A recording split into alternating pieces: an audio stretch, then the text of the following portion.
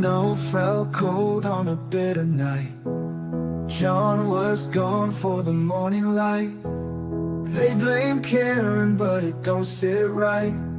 Too many secrets hid from sight. Oh, the badge runs deep, the law runs thin. They stack the deck, but truth won't bend. The judge looks away, the truth gets drowned. Ain't no justice in Canton Town.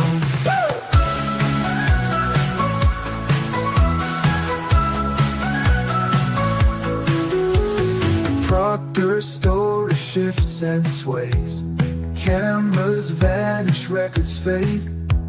The Alberts toast while the doubts grow strong. The folks still fight, won't be long. Oh, the badge runs deep, the law runs thin. They stack the deck, but truth won't bend. The judge looks away, the truth gets drowned. Ain't no justice in Canton Town.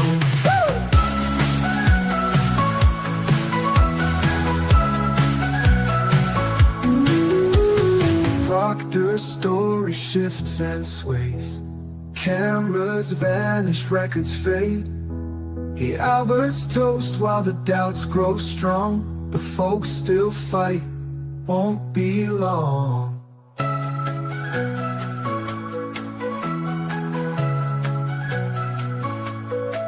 Oh, the badge runs deep, the law runs thin. They stack the deck, but truth won't bend. The judge looks away, the truth gets drowned. Ain't no justice in Canton Town.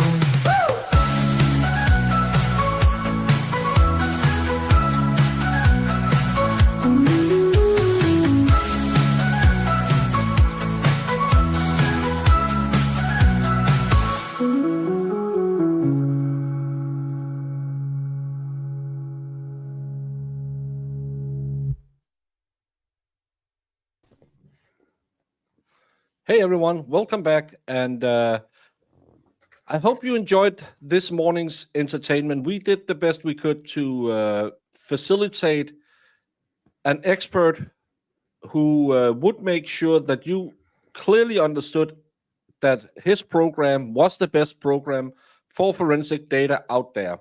And if you don't like the results, you can just call Whiffen. He'll talk to the eggheads, and they will change it. So, oh my God, this was worse than I thought. And now Brennan's way of putting witnesses on is even worse than I thought. Well, I mean, it wasn't great to begin with.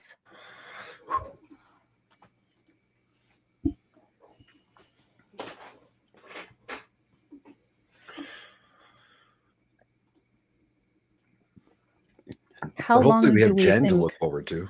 I love that all of us stopped talking, looked up, and then both of you started talking at the exact same time.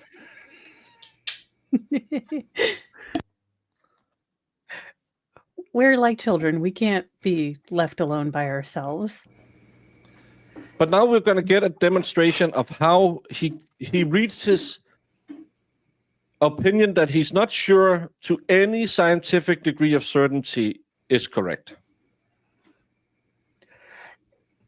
Yeah, I mean, he's able to replicate it once the coders made it so that it wouldn't show up as a, timestamp. So if you have to change the entire program and labeling of something in order to get the same results, is that considered a Scientological test or Scientology test? Because how many Thebans do you need for this?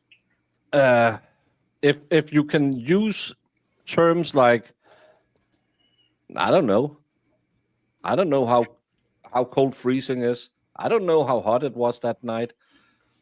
I don't know if it would mean anything. I'm not sure why it would.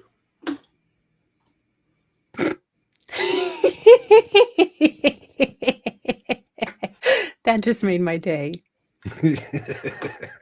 Oh, by the way, Court TV, as you know, the most fair, most unbiased coverage out there, is arguing, well, they were talking about that the jury could see it as a bad thing that Karen Reed walked up to talk to at sidebars.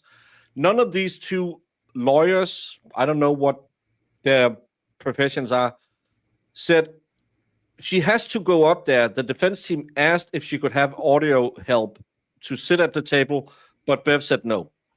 Yep. They wanted a microphone with earbuds for her so she could listen in. Bev said no. So this was the only other option. But again, these eggheads are lawyers. They should be out there doing what we're doing. We are a comedy team. We make fun, we draw circles on a map, but we try to give you an understanding of what we are seeing in court based on our experience, our observations. We are not lawyers. We will try and explain the law to you if we kind of understand it. We'll try and use our network of smart people to ask what does objection mean, stuff like that. And then we'll try. But these are lawyers who are on a channel who is covering court cases.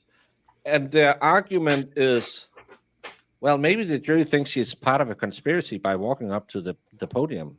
Why? He actually filed a motion that was allowed, but he shouldn't be allowed to do it on redirect. Yeah, no.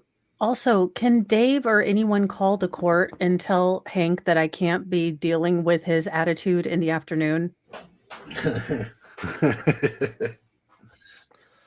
Yeah, Look, I've only had 2 Mike and Ikes. I'm trying to be good. Court TV should tell why are she going up there, and they should also. But this is the exact same. That's why I'm glad that Julie had me blocked on Sweat Swap, because I would be writing her every single day, because I have never seen such a disingenuous host on a law show. I know it's kind of like us. She just have a fancy studio. We're sitting in our basements. I don't have a basement, but she's doing the exact same thing we are, trying to spice it up so people want to watch it. But the way she's doing it, she could be on with Plevin, with the gutter trash of the internet. Now, Krusty, of all people out there, claiming that Karen Reed are paying supporters.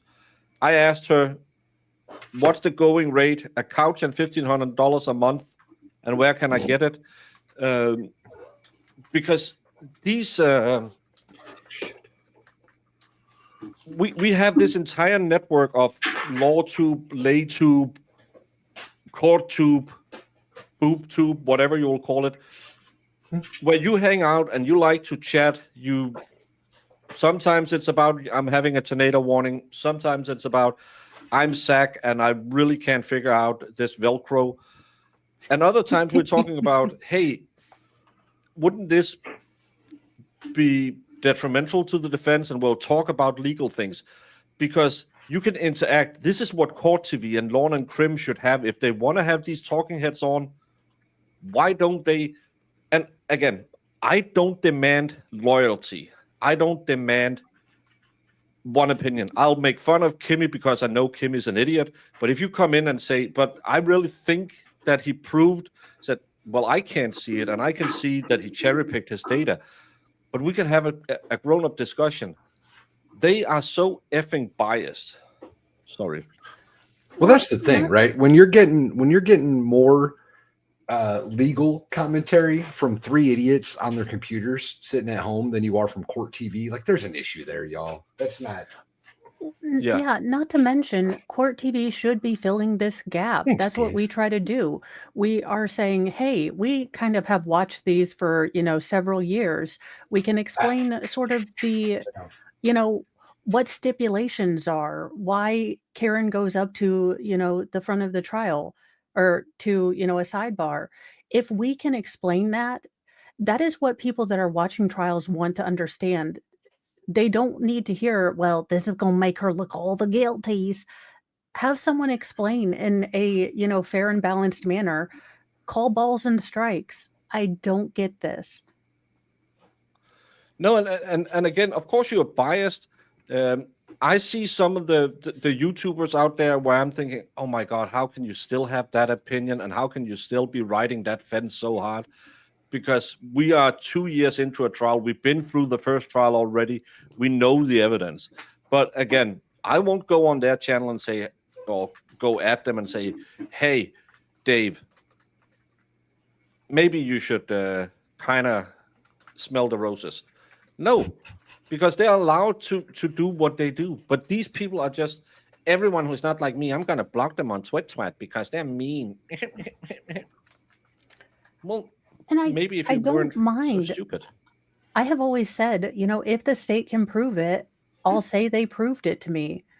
But I now have 22 pages just for the last 2 days. So 22 pages of notes, front and back legal pad. That's crazy talk. Yeah.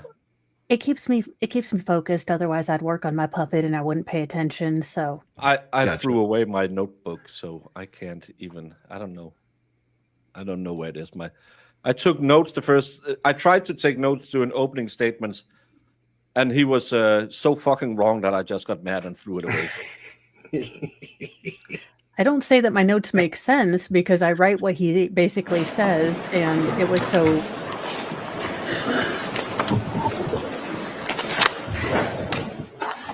Yeah, I know this. That's why we have channels, because people got mad. Mr. Whiffen, I'd like to ask you a couple of general questions. Yes. You mentioned with reference to location data that No. the scope of identifying a location of a phone can change depending on what information the phone is receiving. Nope. I'm sorry. Yep. I'll try Rephrase. again. You've shown us a number of graphs and exhibits Yes. that show different circles. Some might be smaller, some might be larger than others. Yes. And you shared with us that location information is being received from a number of different sources. Yes. Can you remind us again what can affect that location data as far as receiving some high accuracy, mid, and low level? What could affect the receipt of that information? So primarily, the requesting application defines how accurate it needs the data. iOS location services then determines the best technology to use in order to work out that location, and it can use GPS. I don't know how long ago, if you were here this morning, but unless he totally blew this guy out of the water, if the jury caught on, I don't know, because they have to understand reasonable doubt. But he said, I don't know anything I just testified to any degree of scientific accuracy. Information for the most accurate, they can use Wi-Fi cell sighting, so it understands the Wi-Fi networks that it can detect close by, and it knows where those networks are, and from that it can derive where it itself is. Similar idea with both Bluetooth beacons and with cell tower technology. It understands where the cell towers are, it understands where the Bluetooth beacons are, and if it can see those particular cell towers or beacons, it knows roughly where itself must be. So again, Roughly? it's not accurate. You share with us there are some factors that can affect that location data, Yes. in addition to being in a building, like a house or a business. That's one way it can be affected. It is. And there are other ways as well, isn't there? There are. And could you share Like a again the other basement? ways that location information could change? Yeah, the weather can play an effect on it, the geography of the area, whether it's in a rural or urban environment, other kinds of interference. If there are other items close by that are emitting electrical interference, it could affect the location data as well. How about a body being on the phone? Could that affect location data? Objection, Your Honor. Ask it differently. What? So Yeah, it's much more likely that his body is conducting interference in GPS rather than him being in the basement. let's moron. just You absolute let's moron. let's just do the logical conclusion. Valhalla, where's your phone when you're out and about? In my pocket. So are you interfering with the signal? If you just put your GPS on, put it in your pocket, and have it direct you somewhere. Well, it depends if my pocket is on the far side of my body from the GPS satellites that it's connecting to, apparently, or something. What is he talking He's about? such an idiot. He's Oh my such God. an idiot. If a human being was covering the phone so it wasn't exposed to the air, could that affect the location data? Objection, Your Honor. I'm going to allow it. I believe it could, yes. You were believe showing it could? Exhibit 40. It was one select piece of your report. It was a graph. With the court permission, I'd like to show Exhibit 40. Yes. Exhibit 40 has two circles, one darker, one white. Yes, And do you remember being asked questions about this particular exhibit? I do. And in addition to this exhibit, is there other information in your report that wasn't shown to you that would put this in context? There is. This exhibit is to demonstrate a window of when location data was taken for a particular time. Objection, Your Honor. Watch the form of the question. He's leading constantly. He won't stop. At some either, 'cause point, Bev you won't do need shit to about it. send the jury out and tell him, this is the last warning you get. If you can't stop leading, I'm going to end your redirect, because you're constantly leading your expert. Figure out how to ask a question or get out of here. He's such an idiot. This photograph, what does it represent?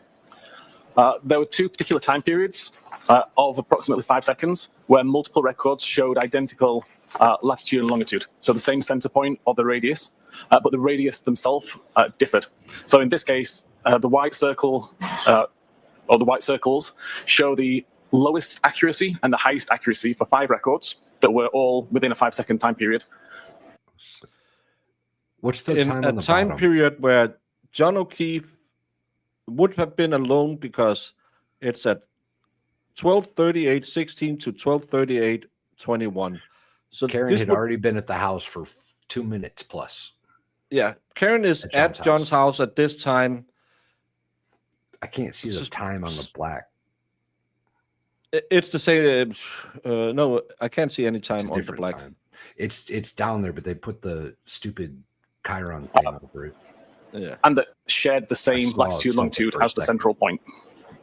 And looking at this Because snapshot if those of black 5 seconds, if those black circles are first, this to me looks like he walked directly to the door. Yeah. Yeah, if you go by the center of it, but again, why would you start the center inside the woods? Because again, his body is found here. This is the mulch bed, or mulch whatever thing. This is where the flagpole is. So his body is found here. So why is the first reading in the woods? Well, it's not necessarily, right? It could be where you had your cursor the first time. If she pulls up to the edge of the road, or the yard, like Jen McCabe says, and then he gets out of the car there and walks directly to the front door of the house, this is exactly what it would look like if those black circles are timestamped before the white circles. Yeah, but again, and as first soon as he test- gets in the house and in the basement, then that circle goes bigger and the accuracy decreases. but that would still have happened before this, because this is after he still consistent his with your last opinion that to a movement. reasonable degree of scientific certainty, you opine that the cell phone was in the flagpole area the entire evening of January 29th, 2022. Objection, Your Honor. I'm going to allow it. Yes, it still aligns with my opinion. When you provide a report with all the different graphs and explanations, do you expect it's going to be shared with the defense attorneys? Of course. And you understand in this case, everything is shared. Of course. And when you shared your report with this piece of information, did you include a summary chart that wasn't shown to you on examination? I believe I did, yes. May I approach? Yes.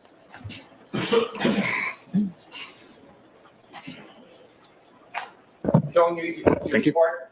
Do you recognize your report? I do. And what page are you on? 22. Do you recognize anything in particular as far as the chart on that page? I do. There's a chart at the top with the location data that was used to create the image shown. Does that chart help explain this photograph? It does. And move that chart into evidence. Any objection, Mr. Lessing? No objection, Your Honor.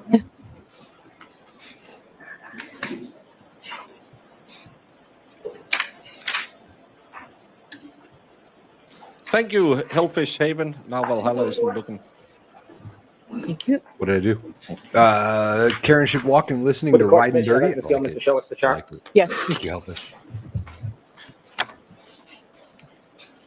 And for the How long record, the time period is timestamp, that photograph? the timestamp on those black circles is 12:53:07.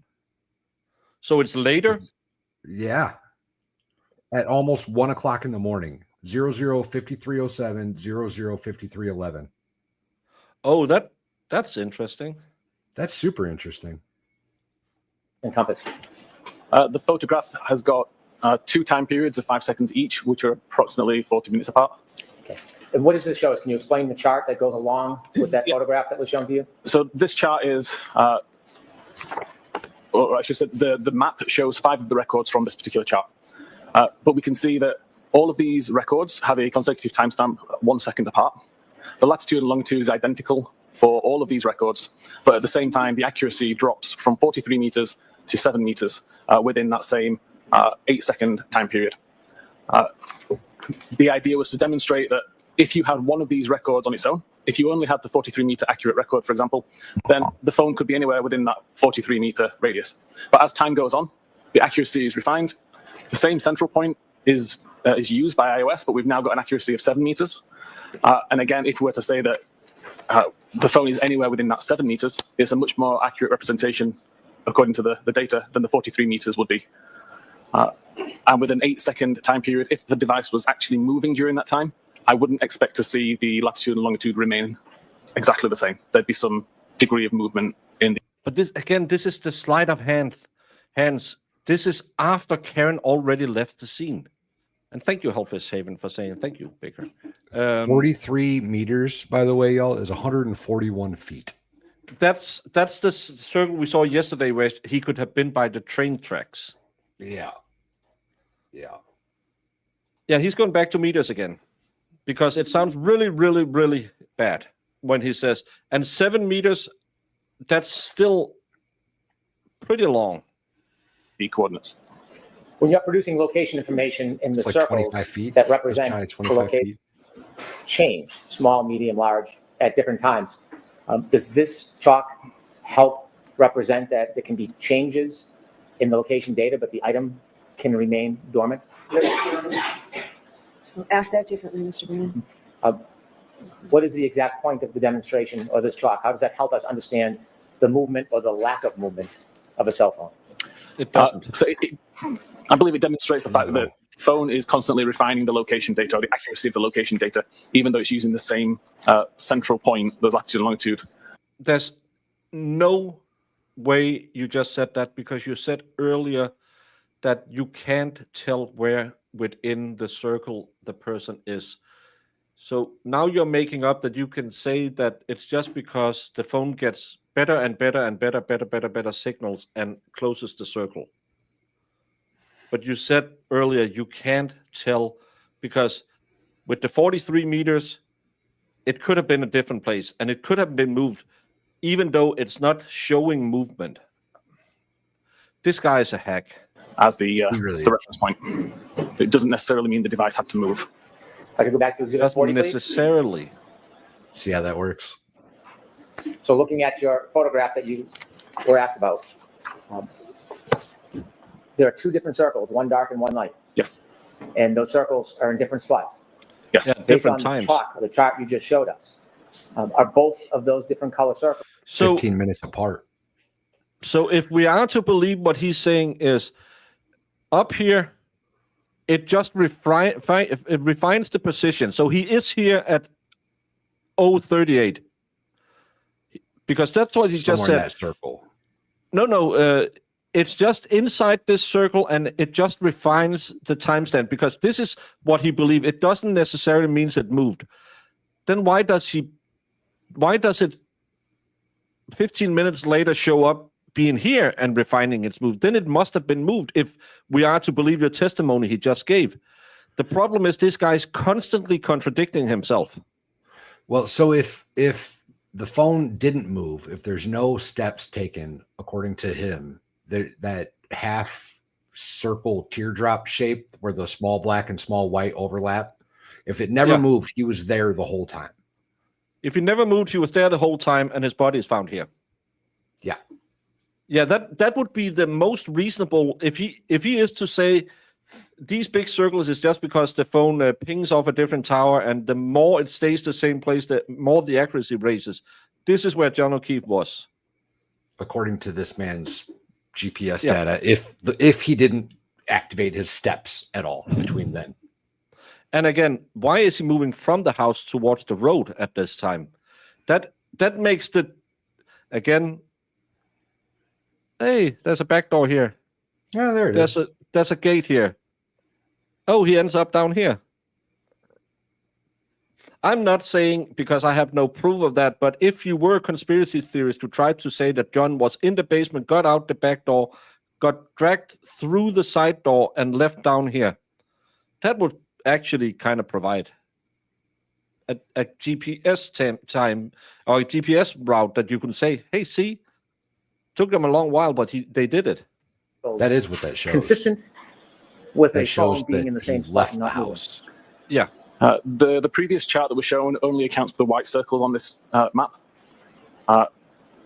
And it only shows the highest and the lowest accuracy. 20 minutes later, there was Or from the another garage, similar scenario or where there were either of multiple the front records doors. with the same central GPS coordinates, but with different accuracy levels. And that's what...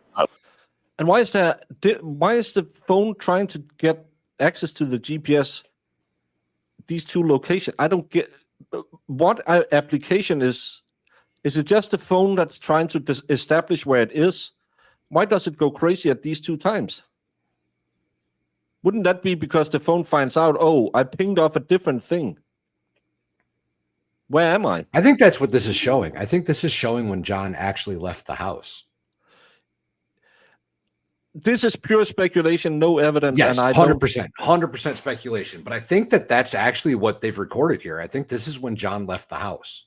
If you were to speculate that there is a back door there, and we know there's a side door here, Gate for the a side fence. gate, sorry. And he has testified that John could have been inside the house.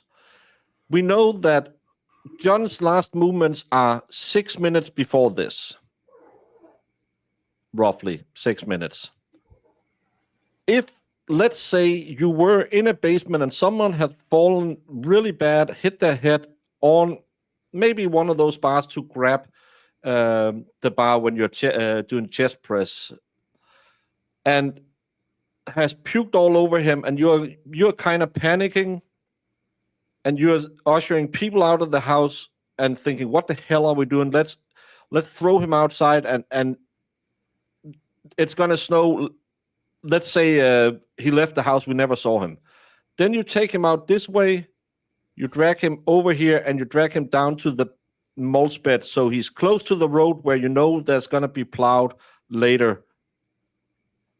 It's kind of actually like it would line up pretty okay with, you can do whatever direction you want from the corner of the house.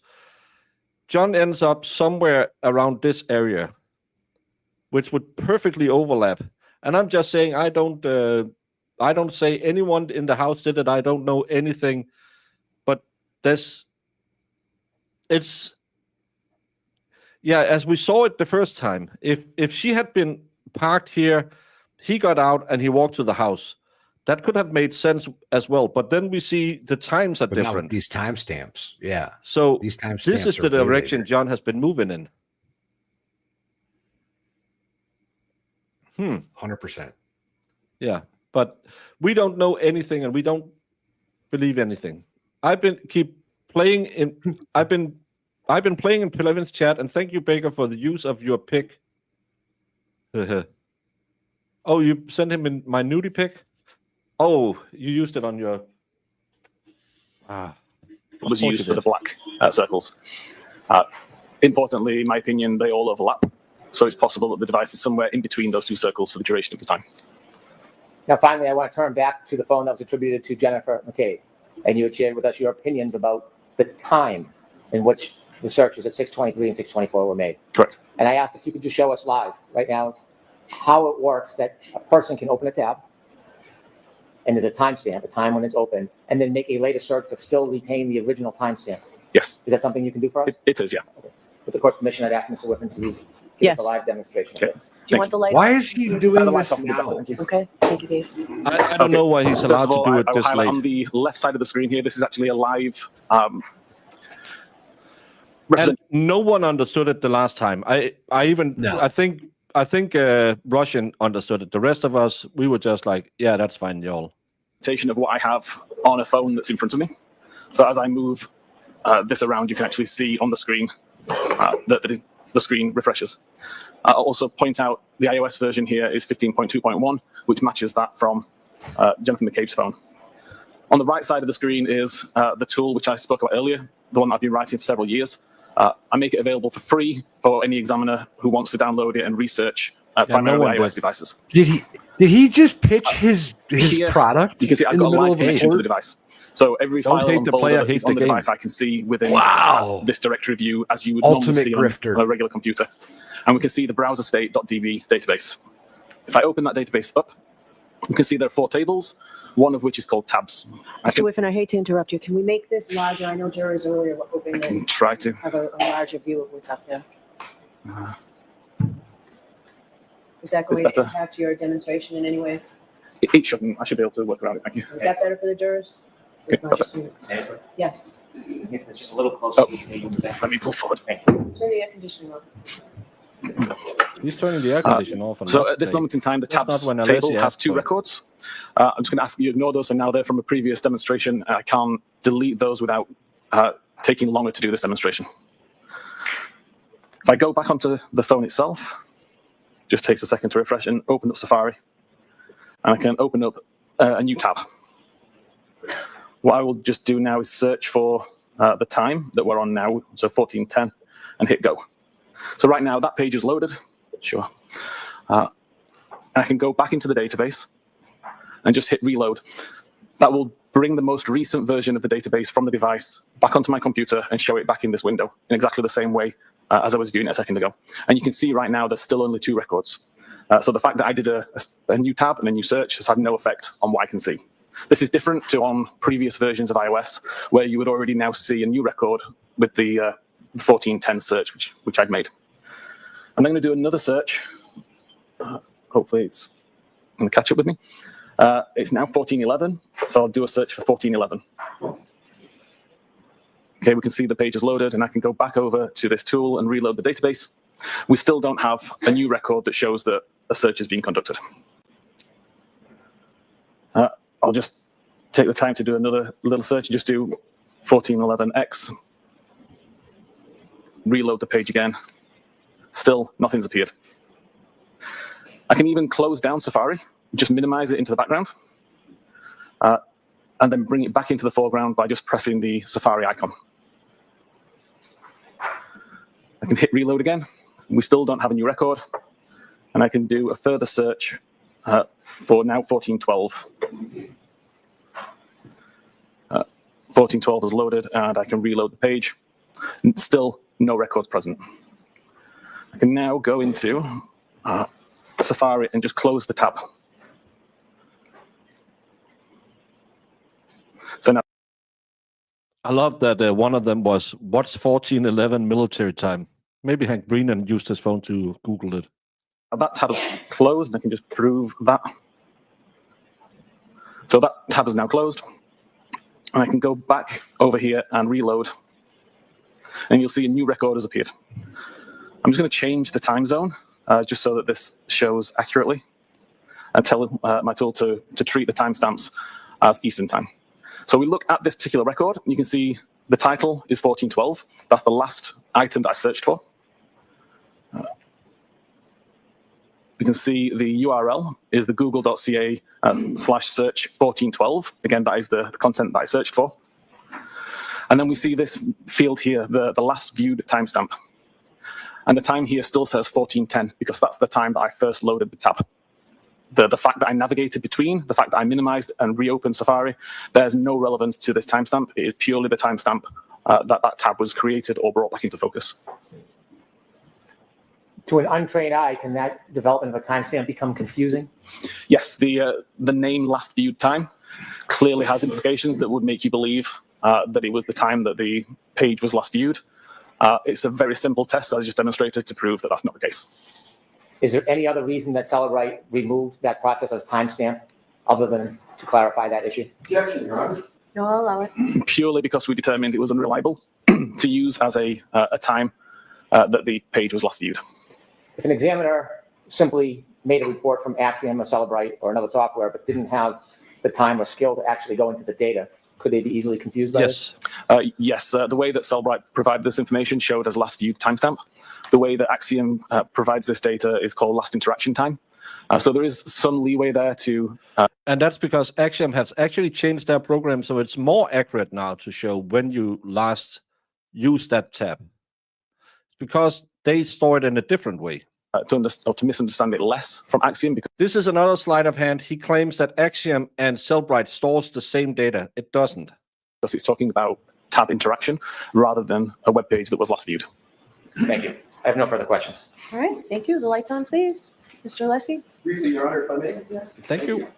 do you want Mr. Whiffen to take this down? Yes, please, Your Honor. Good afternoon, and hello again, Mr. Whiffen. Good afternoon. Magnet Forensics Axiom still shows a 2:27:40 a.m. timestamp on its forensic tool, correct? Correct. And Magnet Forensic is a reliable forensic tool company, correct? As reliable as they come, yes. The demonstration that you That makes it even less understandable, even though I like both buckets and soups. just performed, when did you create it? The demonstration? What you just, Like literally just now as I was doing it live. so you Is how just you mean? created the demonstration now live on the stand? That particular demonstration, yes. Okay.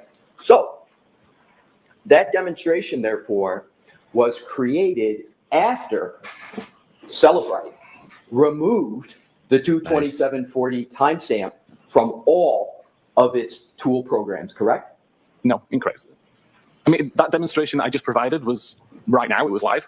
Initially, when I did these tests, I did the same kind of experiment, the same type of testing back in late 2023, I believe. And after I did those tests and used that research, that is when Cellbrite removed the timestamp. Maybe my question wasn't clear. Let me see if I can rephrase it. The demonstration that you just gave, when did you prepare it? The demonstration, not just the demonstration that you just showed on the screen. When did you create that demonstration on your computer? Hey, again, I've been doing this demonstration for 2 years. My question, again, Good question. is the demonstration you just gave. Yes. When was the last time you altered that demonstration? Other than to use different search terms, it's the same demonstration. I'll try to differ. Yes, please. When was the last time you altered in any way the demonstration you just gave? Right now. So you altered it right now, and that alteration was made after Celebrite had removed the 2:27:40 a.m. timestamp from its programs, correct? Yes. Okay. Thank you. No further questions, Your Honor. Mr. Whiffen, you are all set. So Thank you. very much. He's using it on a program that no Maybe longer we've seen why Mr. Whiffen is tracks collecting his items. the things that it tracked then. Yeah. That makes perfect sense, Alessi. That's a great question. If they've altered the software to no longer keep track of those timestamps, then of course they wouldn't show up right now in his live demonstration with the program that no longer tracks timestamps.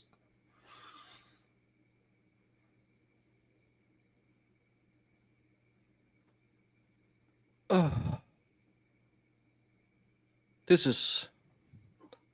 is kind of infuriating. But let's get to Jen McCabe. I'm excited. Jen McCabe. Thank you, Your Honor. Go right ahead. Good afternoon. I'm going to put up a quick poll. Turtle Boy mentioned within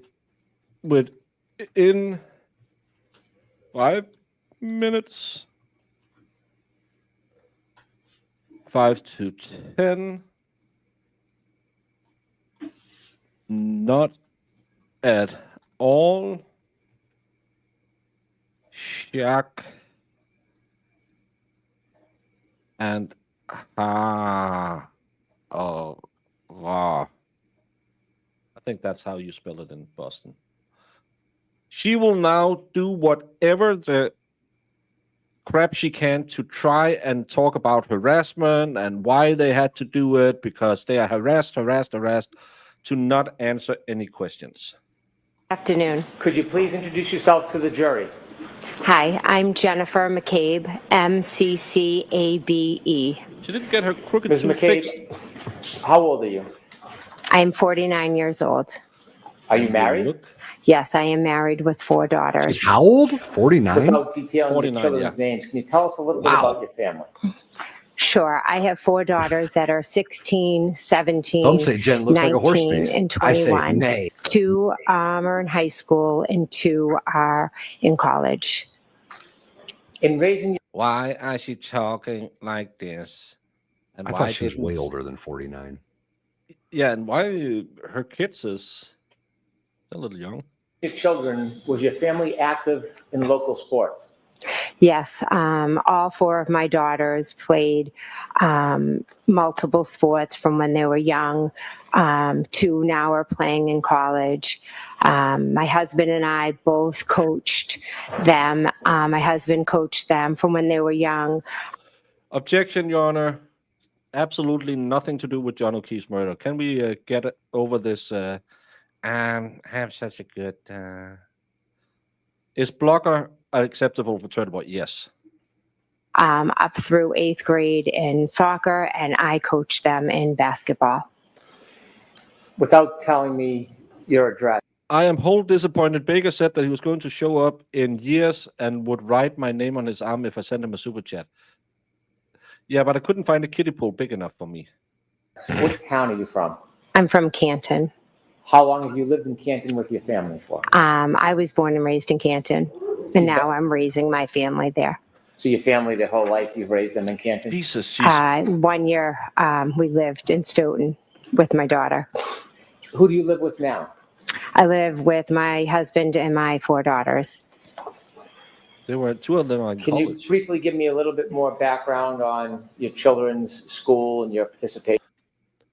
Why? This is about John O'Keefe getting struck by a car.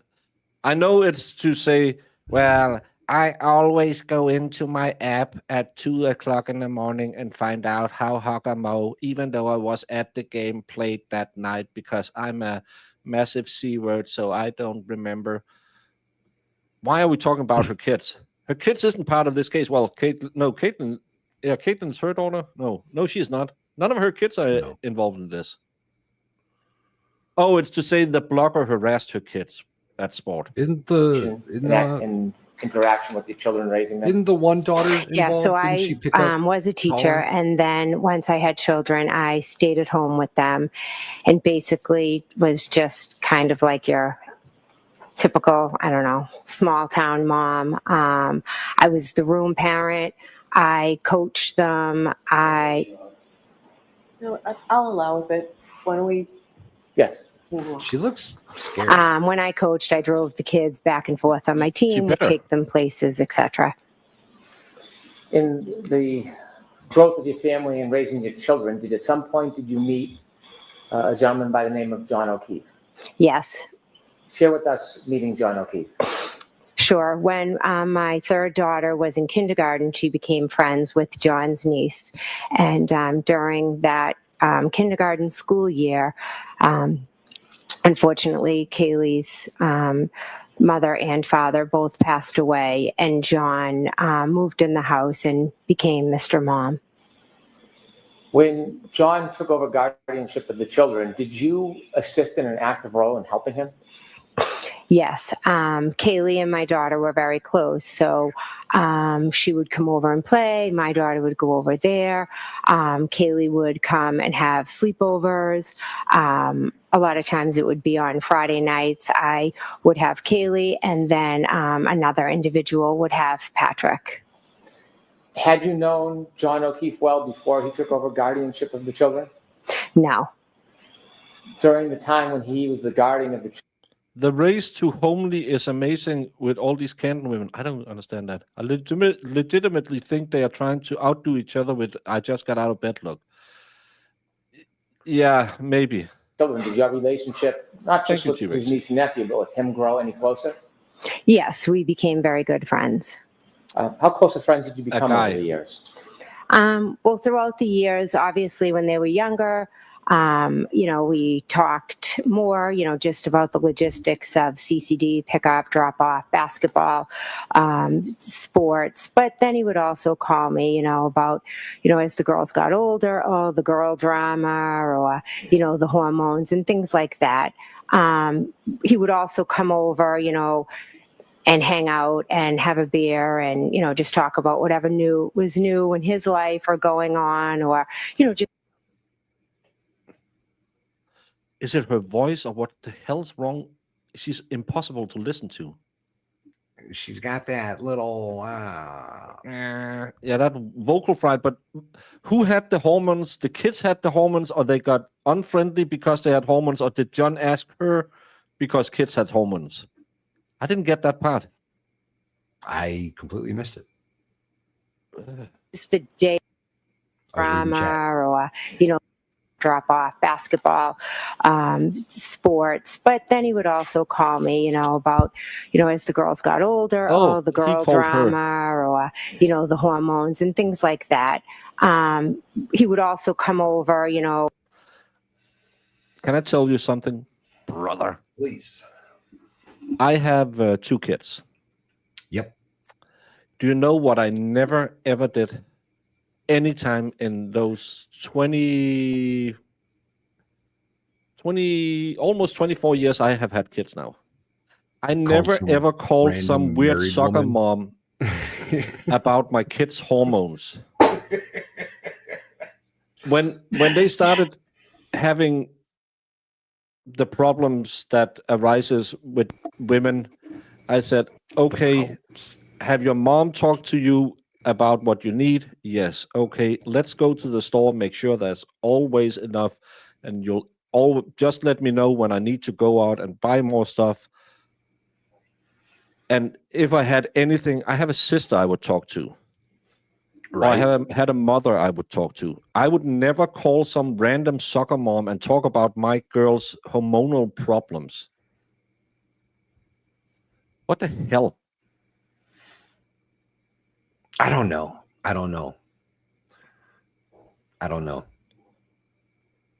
would think that he would, talk to like Karen about it first rather than her or whoever he was dating at the time. He was slanging more puss than any of us have ever done. He had more ex-girlfriends than there's on a cruise liner, even if it's a swingers cruise liner. And why would you go to this lady and say, hey, my kid is really hormonal today.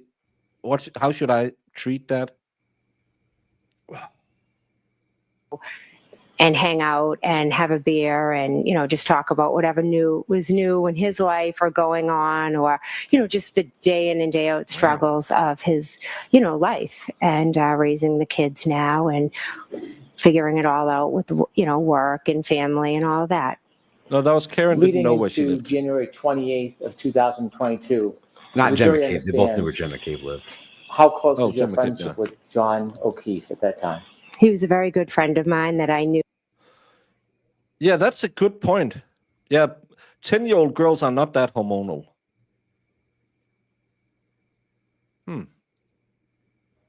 Who I could call for anything. I want you to take us forward to January 28th, 2022. Do you remember that day? Yes, I do. Do you remember it well? Yes. I know. Take us to the early morning hours, January 28th, 2022. No, she just called him a good friend. Did you learn there may be weather or a storm coming? Yes. Tell us a little bit about that. We all saw the report that there was going to be a big storm, a nor'easter. So we all knew that basically all the Saturday activities were going to be canceled. That includes sports? Yes. Was and is the sporting events for the children a big part of your life? Yes. Back then I had, 2 in high school that played 3 sports and they played club sports as well. And then the 2 middle school played club sports and town sports. So most of our weekends were taken up by kind of running from one sporting event to the next. When you learned about the weather and the changing schedule, did it change your plans for that day? No, not particularly. I had my day was pretty set out. I had my niece, and then I had sporting events. It was kind of my plans for the next day that obviously got changed. Take us through the afternoon of the 28th. What's happening? Well, I had my niece for the weekend. She was picked up. My oldest was on the hockey team, and she was having a team dinner at the house. So I picked up pizza, got desserts, set it up for them. And then I left with my daughters and my husband, Matt, and we met some of the parents from the high school basketball team at a local pub to grab a bite and a drink before the basketball game because my other daughter played on the high school girls basketball team. What time was the basketball game set for that night? I believe it was 6 or 6:30. Did you and your family go to the game? Yes, we did. After the game, what happened? After the game, I drove my daughter home. My sister, Nicole, sent me a text and said that she was going to be at the waterfall, and it was my nephew's birthday. He was going to meet up, and did I want to come by for a drink? What is your nephew's name? Brian Jr. It was his birthday that night? Yes, it was. When you received a call to meet with friends and family at the waterfall, do you remember what time that plan was made? I don't. My sister sent me a text at some point letting me know she was going to be there, so I don't know what time. After the game and after some time, did you go to the waterfall to meet your friends and family? Yes, I did.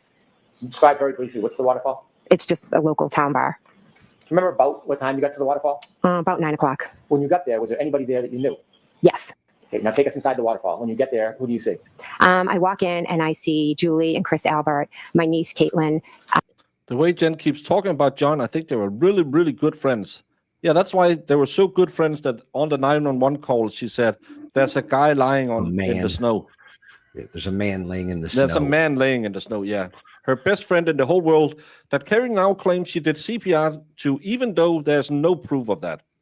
But, yeah, I can't.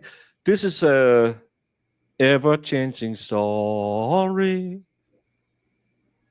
She probably read Plevin's book and is going to tell that story. My sister, Nicole, and my niece's boyfriend, Tristan.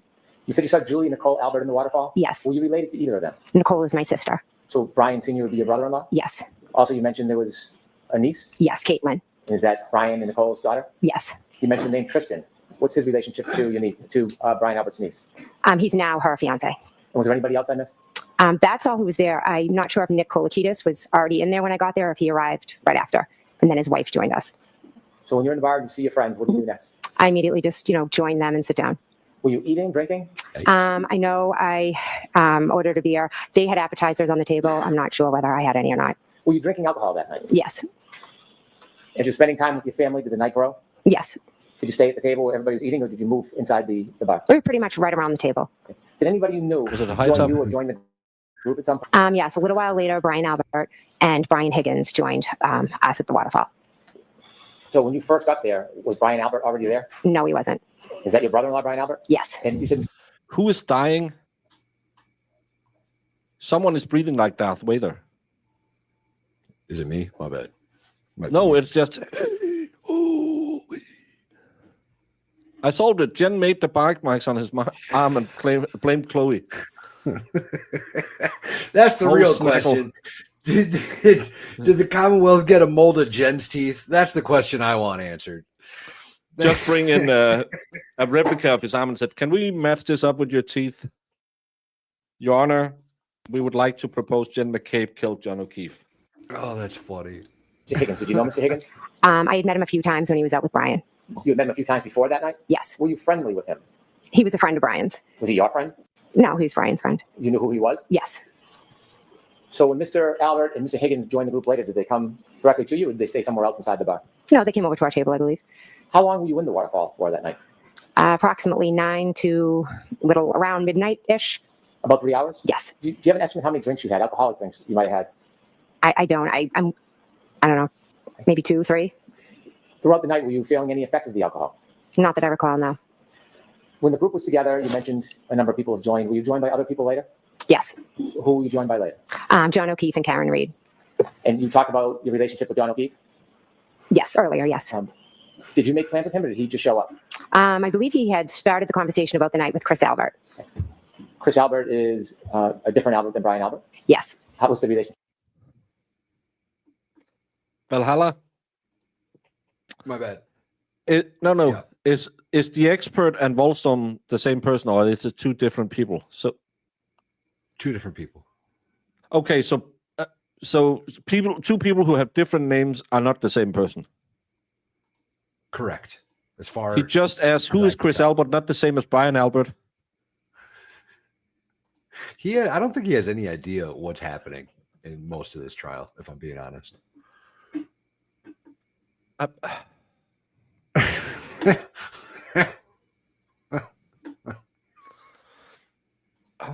So Chris Albert is not Brian Albert? Jesus.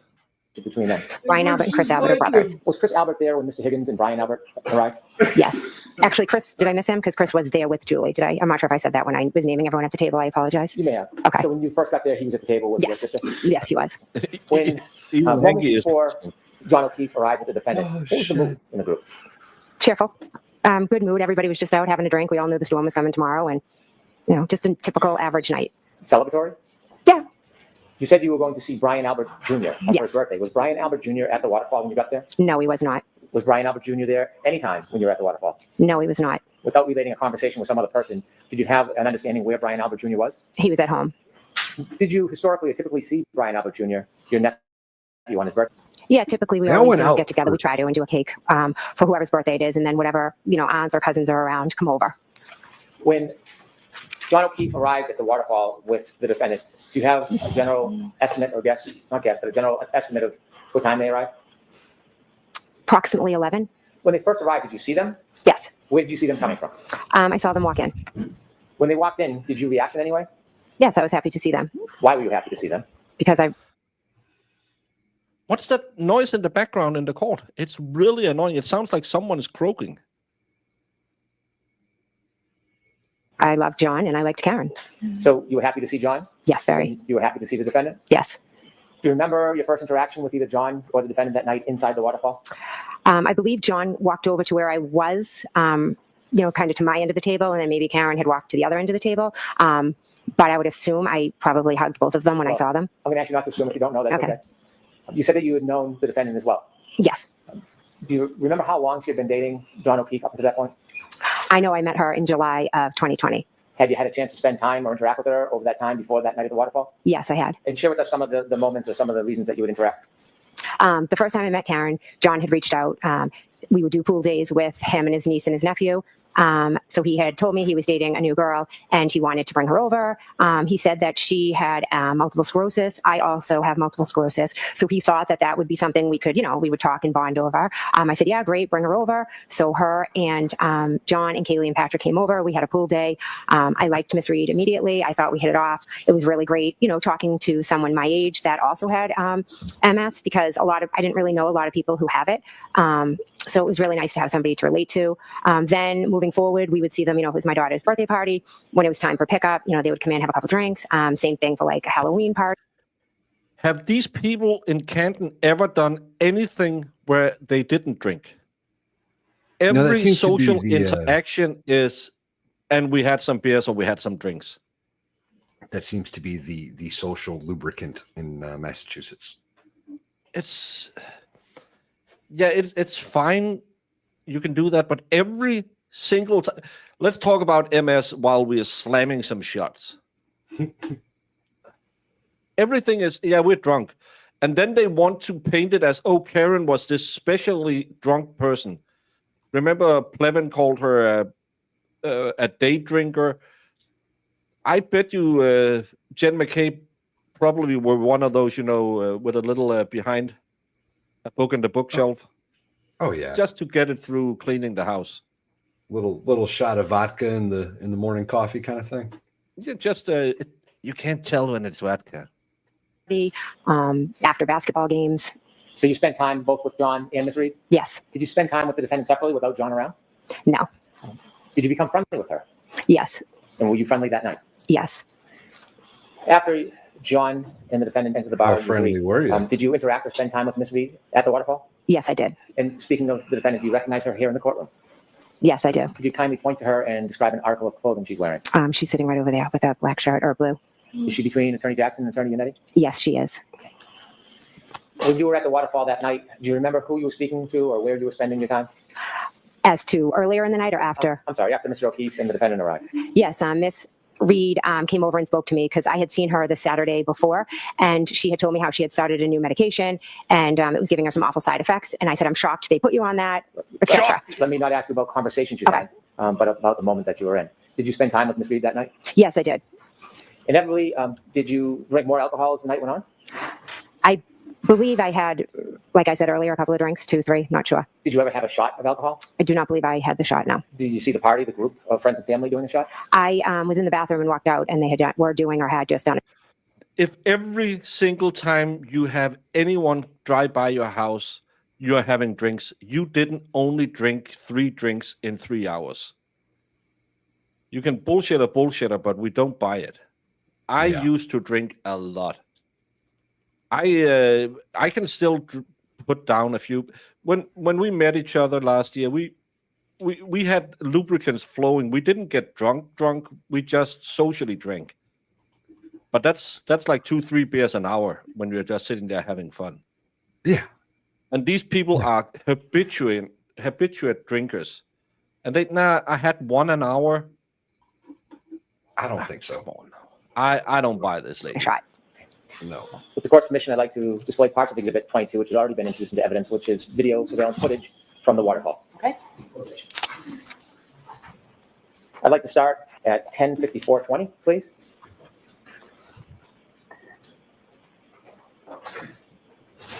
If you could just stop for 1 second. Do you recognize what's in that video? Yes. And what is that? That is the waterfall. Okay, kindly proceed.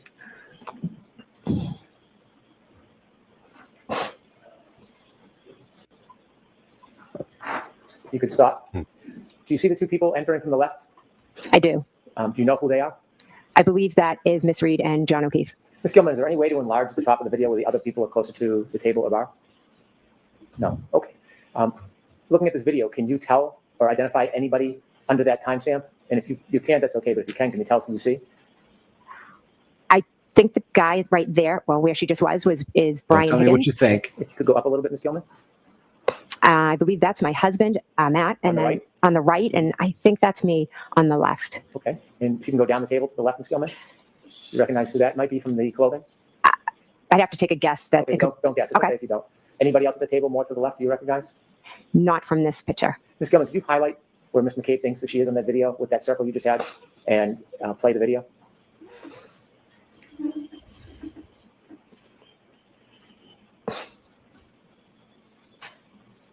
If you could stop. Is that you clapping, Ms. McCabe? Yes, it is, Why are you clapping? because I was happy to see them. Both of them. Yes. Okay. Could you continue, please? And who's that person walking right to left hugging people? That is John O'Keefe. Can you continue, please, Ms. Gilman?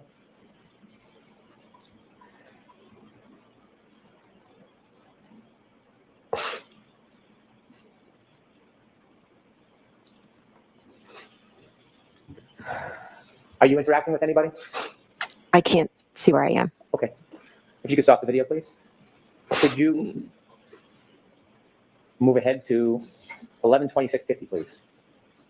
11:26:50. Is that your group still at the waterfall? Yes, it is. If you could stop there, Ms. Gilman. If we could hone in or circle where you were previously, where we saw Ms. McCabe. I know it's a bit blurry. If you can, and if you can't, please let me know. Can you see whether you're in that area? I believe I am, yes. Could you put the circle down just a little bit, Ms. Gilman? Okay.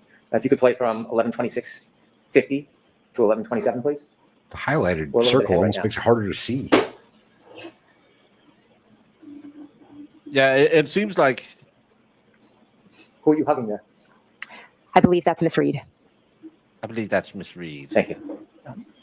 One more, Ms. Gilman. I'm going to ask you to move forward to 11:46. Can I ask you, what is this? A heater or fan. Does this look like an insulated floor in a basement? It's got they're like it's a special pad. It's like a foam rubber pad that they make specifically for like gyms. Yeah, to take care of, but you just what put it is- on top of your current floor. yeah, we have it in my gym. It's just a rubber floor.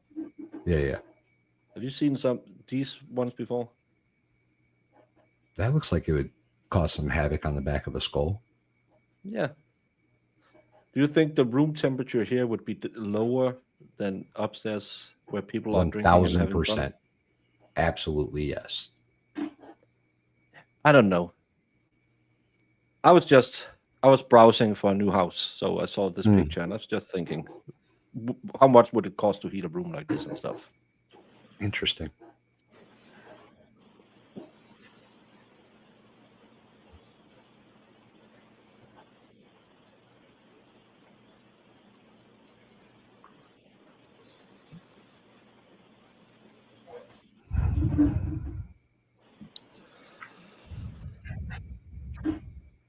Why is this guy hiding? Could you pause, Ms. Why is he Brennan? what? You circle in that same area where Ms. McCabe was Doing the last describing. Can you Roman make anything out in salute. this video? Yes, it's like they're all, toasting or doing a cheer before they do a shot. Can you see whether or not the defendant's in that part of the video? Yes, it looks like she is in front of the man in the plaid coat. Were you participating with the drinking at this moment? I don't see myself in the video. I don't believe I was. But you were drinking separately that night, weren't you? Yes, I was drinking beer. If you can continue, please.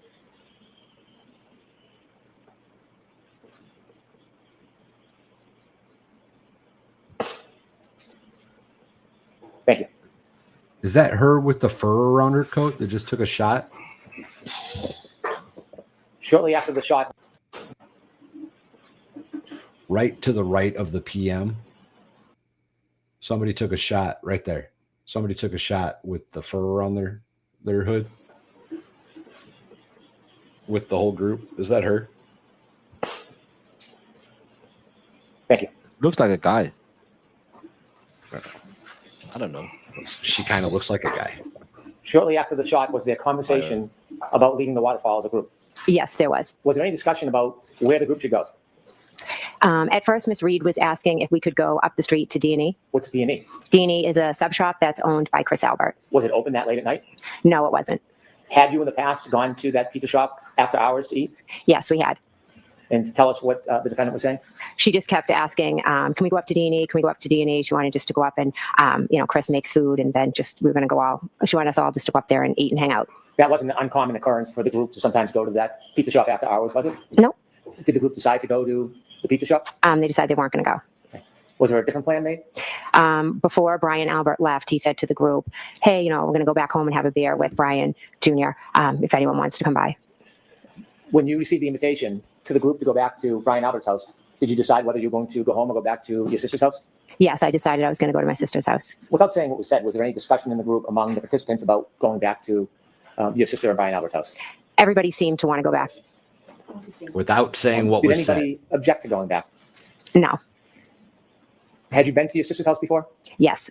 Many times? Yes. Do you know the address of where your sister lived? Yes. And so after that conversation, did you stay at the waterfall for a little bit or did you leave immediately? Probably left after maybe 5-10 minutes.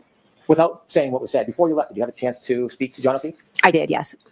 You spoke to him inside the waterfall? Yes. Did you have a chance to speak to the defendant? Yes. And was your plan to go back to your sister's house? Yes. Before you left, did you have any understanding whether or not Mr. O'Keefe and the defendant were going to join you? Hold on. Did you have another understanding regarding that? Yes. And what was your understanding? They were coming. Who else was going to go back to your nephew and your sister's house? Brian Higgins and my niece Caitlin. A little after 12, did you leave the waterfall? Yes. Do you remember that night leaving? Yes. Before you left, did you talk to anybody in particular? Yes. Miss Reed and then Mr. O'Keefe. Did you speak to them inside the waterfall? I walked out with Miss Reed and we spoke at the doorway and then John joined us. Did you invite Ms. Reed to come with you? I did, yes. Did she decline? Yes. And who did you go to your sister's house with? Who drove? I drove and I went with my husband, Matt. Anybody else? No. Do you remember what time it was that you were speaking to Ms. Reed about going to your sister's house? After midnight. If I could have Exhibit 22 again. Ms. Gilman, if you could take us to 12:10:36.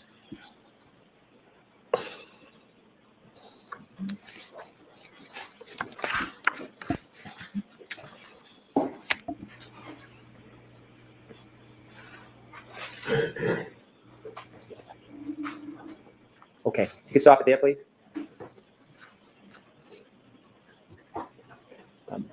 Did you have a chance to talk to Mr. O'Keefe and the defendant outside of the waterfall? Yes. And do you know specifically what time you left the waterfall? It was after midnight. Yeah, okay. When you left the waterfall with your husband, you said you were driving. Did you stop anywhere along the way before you got to your sister's house? No. Tell us what you see when you get to your sister's house. What are the weather conditions like as you're driving there? It's starting to snow to the point where it's starting to like accumulate. It's on your car. It's just, getting on the street. Is it light? Is it heavy? It's light at this point.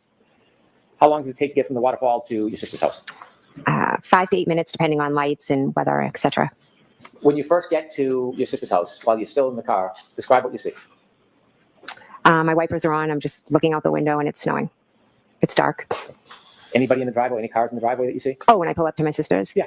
As I pull down the street, I take a left into the driveway, and there is a Jeep that's parked on the street, and there's maybe a couple of cars in my sister's driveway. What do you do when you arrive at your sister's house? I go in the house. Now, there are a couple doors at your sister's house? Yes. Is there a front door? Yes. Is there a side door? Yes. Which one's closer to the driveway? The side door. Which door do you go in when you get to your sister's house? The front door. Was anybody with you when you went in? My husband, Matt. You walked in together? Yes. Tell us the first person you remember meeting. When I went in the house? Yes. Probably my niece was at the table, and then I saw my nephew, Brian. Was there anybody else you saw at the table? Julie Nagel and Sarah Levinson. So when you walk in the front door of the house, is it what table? Is it a living room table, a kitchen table? Oh, you walk in, and then you go to the right, and it's into the kitchen, and there's a table there. Is the kitchen separate from the living room, or is it open? It's open, but they're separate. Can you see the kitchen table when you walk in the door if you turn and look right? Yes. And when you go into the kitchen, you said there was a woman by the name of Julie Nagel? Yes. And then another one in Sarah? Yes. You know her last name? Levinson. Okay. Julie Nagel, did you know her when you walked in the house that night? I had met her a few times. Had you spent time with her? Were you friends with her? No, I just had met her a few times, and she'd watched my dog for me when my nephew couldn't. When you would go away, would your nephew be responsible to watch your dog? Yes. Did you understand that Julie Nagel had watched your dog a couple of times? Yes. Had you ever socialized with her before that night? No, I may have seen her at a graduation party, but never beyond that. Were you friends with her at that point? No. Friendly enough that she watched your dogs? Yes, through my nephew. He just said my friend's going to do it, and I trusted his judgment. And there was another woman by the name of Sarah. Did you know her before you saw her that night? I knew of her. If I would to see her, I'd say hi, but that's the extent of it. How did you know of her? Just from being in the town, going to different sporting activities and just being around. You said your nephew Brian was there as well in the kitchen? Yes. This was his birthday? Yes. How old was he? I think he was turning 23.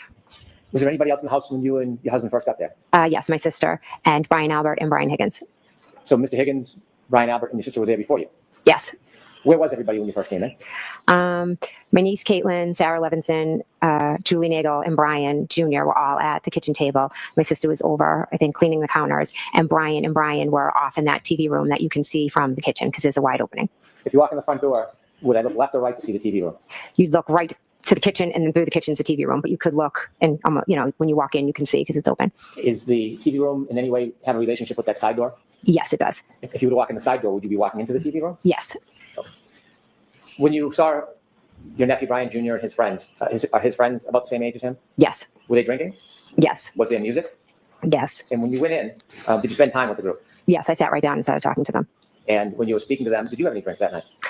I believe they brought me over a White Claw, but I didn't have more than a sip of it. I really wasn't. It was at that point where I just didn't want another drink. As you were in the Doubt it. X to doubt in chat because,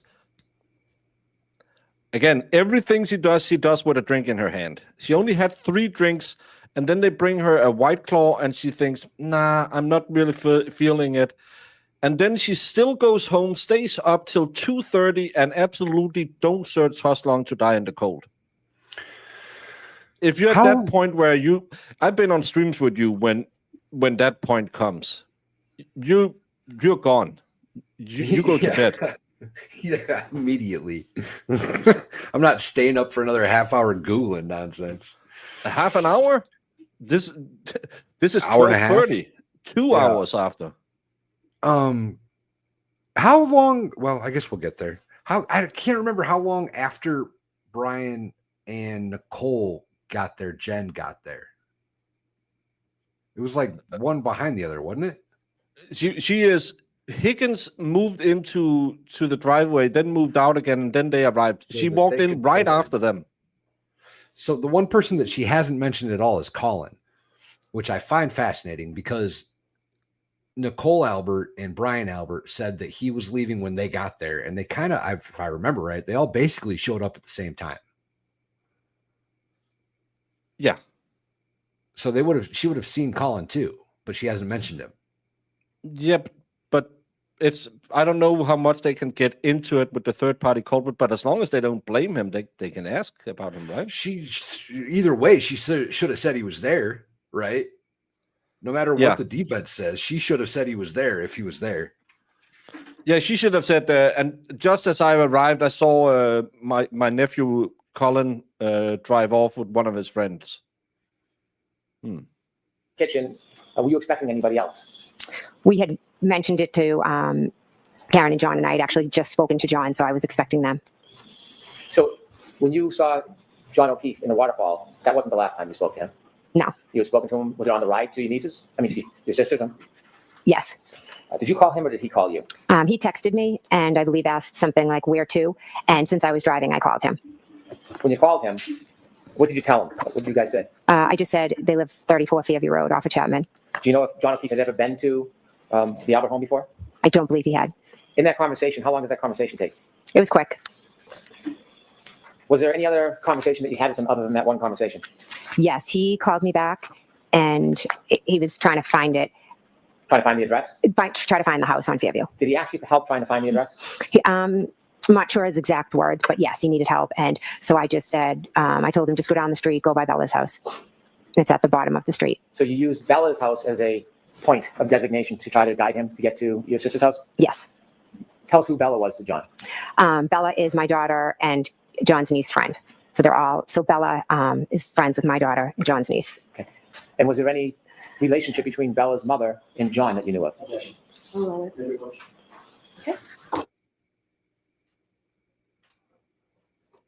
So now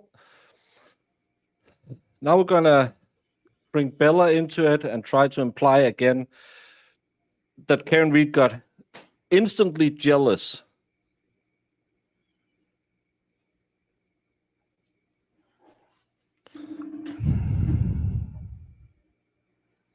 One thing I don't get, if you were to tell me, hey, drive by Bella's house, and I haven't been with Bella for at least 2 years, because that's how long I've been with Karen Reed.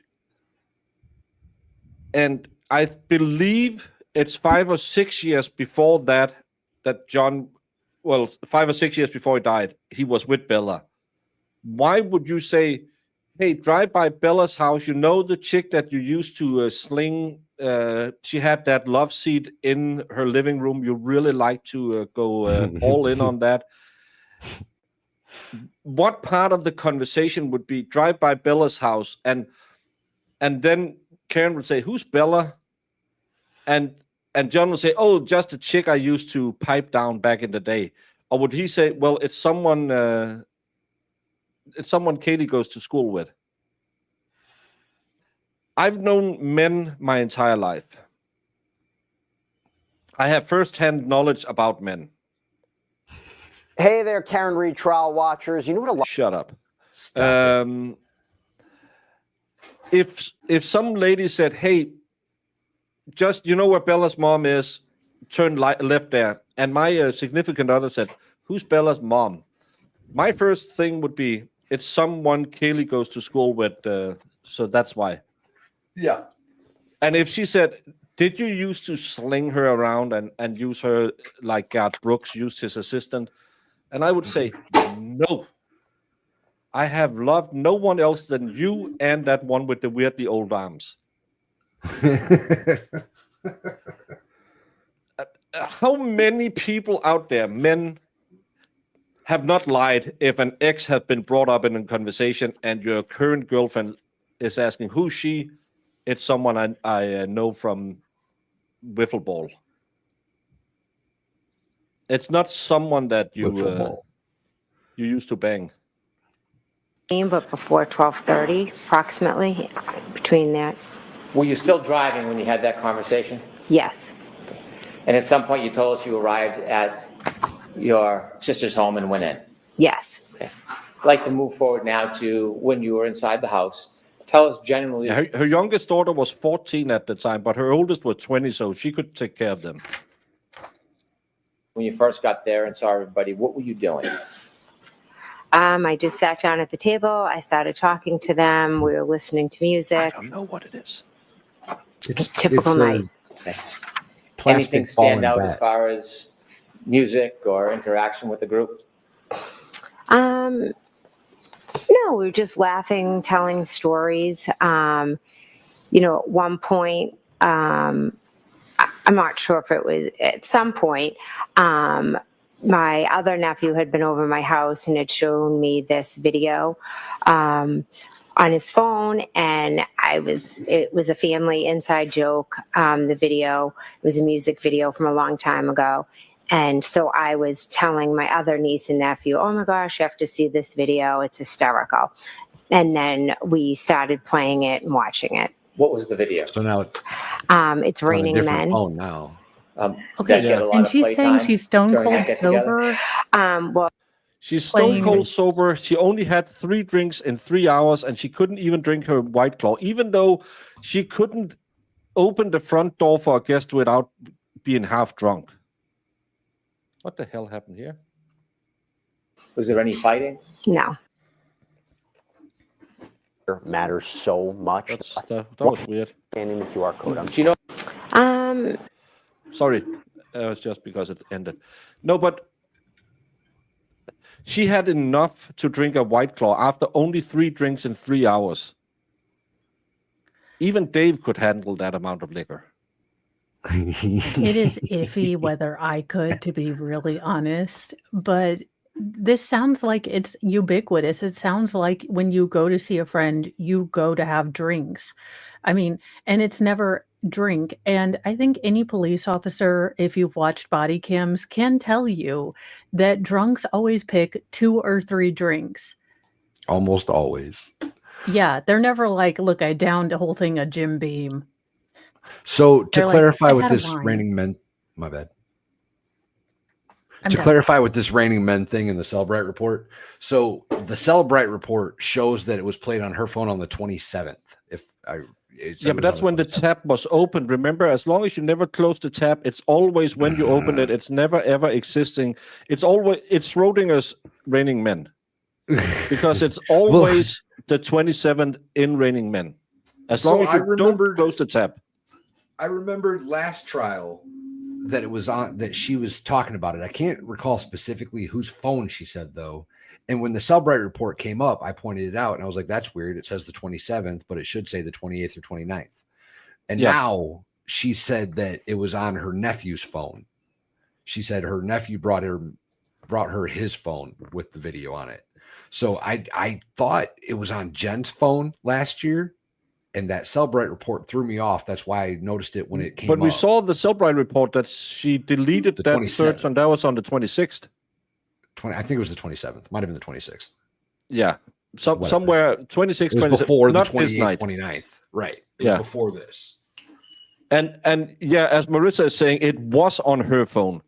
But That's is what I it to thought. cover up that she closed that tab on the phone? And which magical other nephew is she talking about? So not Brian Brian Albert Jr., but Colin, I'm guessing. I think she's talking about Brian Albert Jr. But Colin should have been there too at the time, I believe. Or wait, no, because her daughter picks up Colin. Yeah. And takes him home. But the 360 app says that they're all like by the high school and shit, which is really bizarre. Yeah, but remember, 360 works whenever you need it to. Yeah, not when you're at home in bed. Then it does weird things like says you're over by the high school. Yeah. It's shady like that. Always trying to get teenagers in trouble. Colin was leaving as Nicole and Brian Albert were coming in the door. Yeah. Now, that at the same time, Higgins was already there or parking with them, right? So Higgins saw them. And I can't remember how far behind Jen and Matt McCabe were. Well, allegedly, she was riding around when John and her were talking on the phone and asking and saying, oh, you know, Bella's mom, the one chick you really, the one who got away when you hated Karen, and then Karen got mad and started yelling at John, and then she hit him with a car because, again, no one in history has ever done that. Said, oh, Bella's mom, yeah, I used to date her. Especially not if your wife is having a little bit. She told her at the bar, I'm having trouble with the new medication. Isn't that just reinforcing that Karen was sitting outside for 10 minutes waiting for John to come back out because he promised he would just go in, and she's saying, I really don't feel like it. I'm feeling kind of sick, and I'm not sure they want to have me in there. Could you just go in and say goodnight? And he doesn't come back out, and she thinks, well, fuck this. I'm feeling really crappy. I'm going home. I could see that scenario. Yeah, I could. I mean, again, if Mr. Moe told me he was only going to be out or in a party for a couple minutes, and I am waiting there, the text messages and voicemails I would send would be not so great. Yeah. No, we were just laughing, telling stories. You know, at one point, I'm not sure if it was at some point, my other nephew had been alone. My other oh my nephew, gosh, you have that's to not see this Brian video. Jr. It's a During that get together. well, I have one sister who sometimes has a little too much to drink, takes out an umbrella, and Just will one? dance. So it's a family joke. While you were at your sister's house, what area of the house were you spending time in? And I was in the kitchen. What was the mood of everybody in the house, as far as you remember? Everybody was in a great mood. Was there any fighting? No, Any arguing? no, Any violence? no. Was it a celebratory mood? Yes. As you were in the house, were you waiting for anybody else that you expected to come? Yes, I was expecting John and Karen to come. At some point when you're in the kitchen, or let me ask you a little background. As you're in the kitchen of that house, can you see outside from the kitchen area? They had blinds or something down, but if the blinds were up, you could see out. Were the blinds up? No. At any point were you able to see outside from inside the house? From the front door, yes. Is the front door, is it glass? Yes. Do you have that picture still of the house where you see it, the roadside? Because if she's looking out the front door, the bush wouldn't have been in her way, and there's no way she wouldn't have seen John. At some point when you were with everybody in the celebration, did you have a chance to look outside? Yes. And when you looked outside, what did you see? I saw a dark SUV out front. Did you know whose SUV that was? I believed it was Karen's. Could you see who was in it? No. At that point of night, what does the weather look like from the front? Didn't she testify to the police that she saw Karen and John with the side door open? I believe she testified to that Or and then was changed that- it the last time. Was that or was that Nagel that said she saw? No, she said she saw the car with the car door open. Nagel Which was the side one is who the said kitchen? we drove by with the interior light on. We never saw anyone get out, is what Nagel says. If she's looking out of this little window up here, if Valhalla could zoom in on it, it'll be really good. Which So is she the says she kitchen can't window? see anything from the kitchen. That's over here to the right. Well, yeah, because there's a big effing bush in front of it. Yeah, and the blinds down. So she's looking out the front door. That's a 2/3 glass, and she can see. There's no way she wouldn't see John's body laying down there. No effing way. With or without streetlights, if it's snowing out a little bit, no effing way. No one should subscribe to Lefty. I couldn't agree more. I thought she was seeing it from the window the last time, but I might be wrong. Door. It's dark and it's snowing, and I could see, brake lights. Did you see if that SUV moved at all? I didn't see the SUV actually move, but I saw it in a few different locations. How many times did you look out? Can't give you an exact number of how many times I looked out. I can tell you I saw the vehicle first straight out from the front door. Then I saw it up at the flagpole, and then I saw it further up from the flagpole. Were you studying the car at all? No, it was quick glances. Did you have any reason to study it? No. What were you expecting was going to happen? I was expecting John and Karen to come into the house. Did they ever make it in the house? No, they did not. As you were waiting, were you doing anything else in addition to waiting for them to come in? Yes, so I was sitting at the table. Someone made mention of a car out front, so I got up, went to the door, looked out, and then I would go back to the table, and where we were just all laughing, talking, playing music, just hanging out, not really thinking much about anything. Did you ever reach out to John? That's the first thing she said today that probably wasn't a lie. She wasn't thinking much. When you thought the car out front was the defendant's car with John in it, did you ever reach out to him? Yes, I did. How did you reach out to him? I texted him. Do you know if there was a phone call that was made to you before 12:30? A 7-second phone call? From John? Yes. I don't. You mentioned you had spoken to him about directions. Is that the last time you heard his voice? Yes. When the car was out front, did you exchange text messages? So I'm not wrong. Someone is breathing like they're about to die in the background constantly. And it's not the AC, because the AC was turned off. Unless he asked it for being turned off, she didn't allow it. It's not you, Valhalla, because I can hear It wasn't. every I was time muted. I was muted. and every time court feed is on, I can just hear this. Sounds like someone is dying. She changed her story slightly there. Last year, she said that it was parked at the mailbox, then the window, then the flagpole. This time she's saying it's the window, the flagpole, and now further up. She changed her story slightly there. Also, what was the other thing I just caught? I was muted and I said it, but I was muted. Oh, she absolutely knows about that phone call, because she got all upset about it in the first trial when Alan Jackson or Unetti, I can't remember who it was asking her about it. And she's like, it must have been a butt dial. So sitting here acting all surprised, acting like she doesn't know what he's talking about is horseshit. She knows exactly what phone call he's talking about. She knows she's going to be cross-examined on all she's saying. She knows it's Alan Jackson. She knows that from the last time. Alan Jackson is kind of a twat-waffle against her. And she's going to sit there and yell that Aiden harassed her into doing it. That's what we're going to go with. That's why she didn't remember. I do wonder if it wouldn't be prudent to have Miss Little cross-examine her.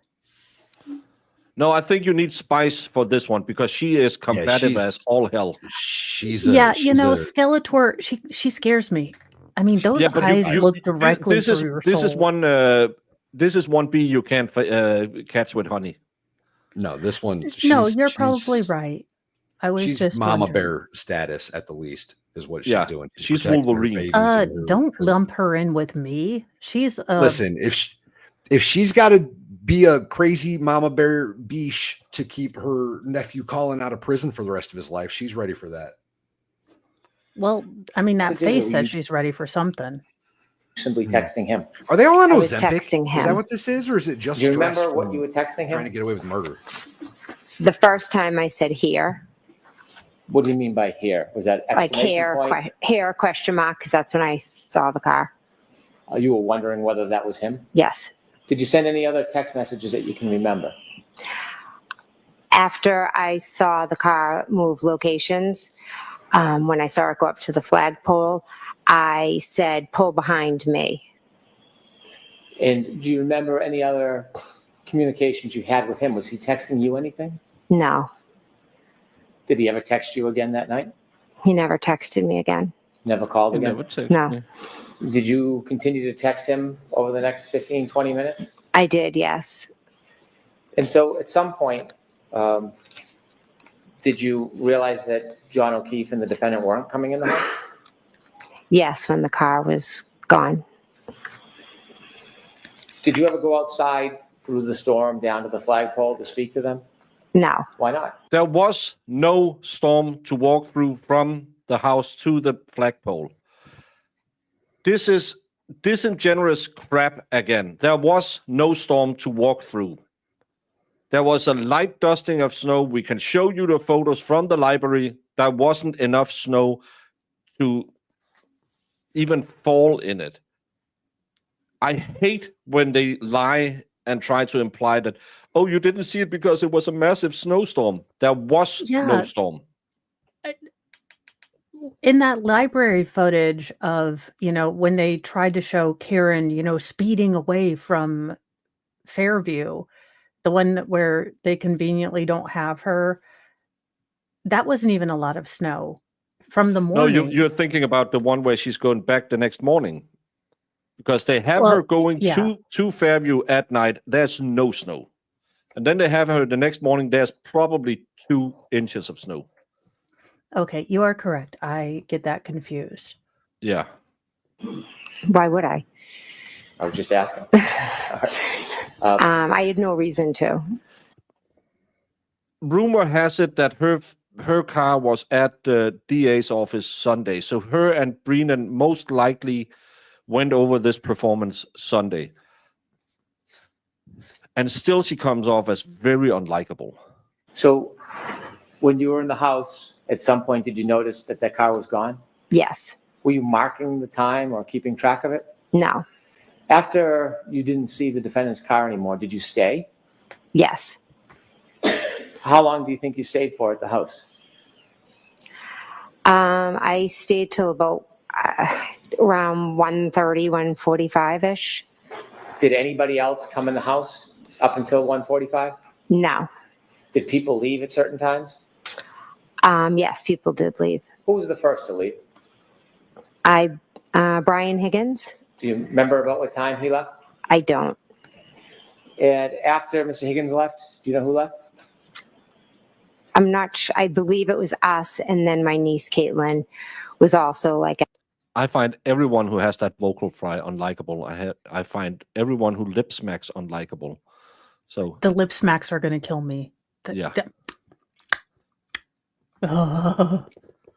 the door. It was kind of in a row. Brian left, and then a little bit later, I think it was, myself, Matt, Julie, and Sarah left. But Caitlin was at the door.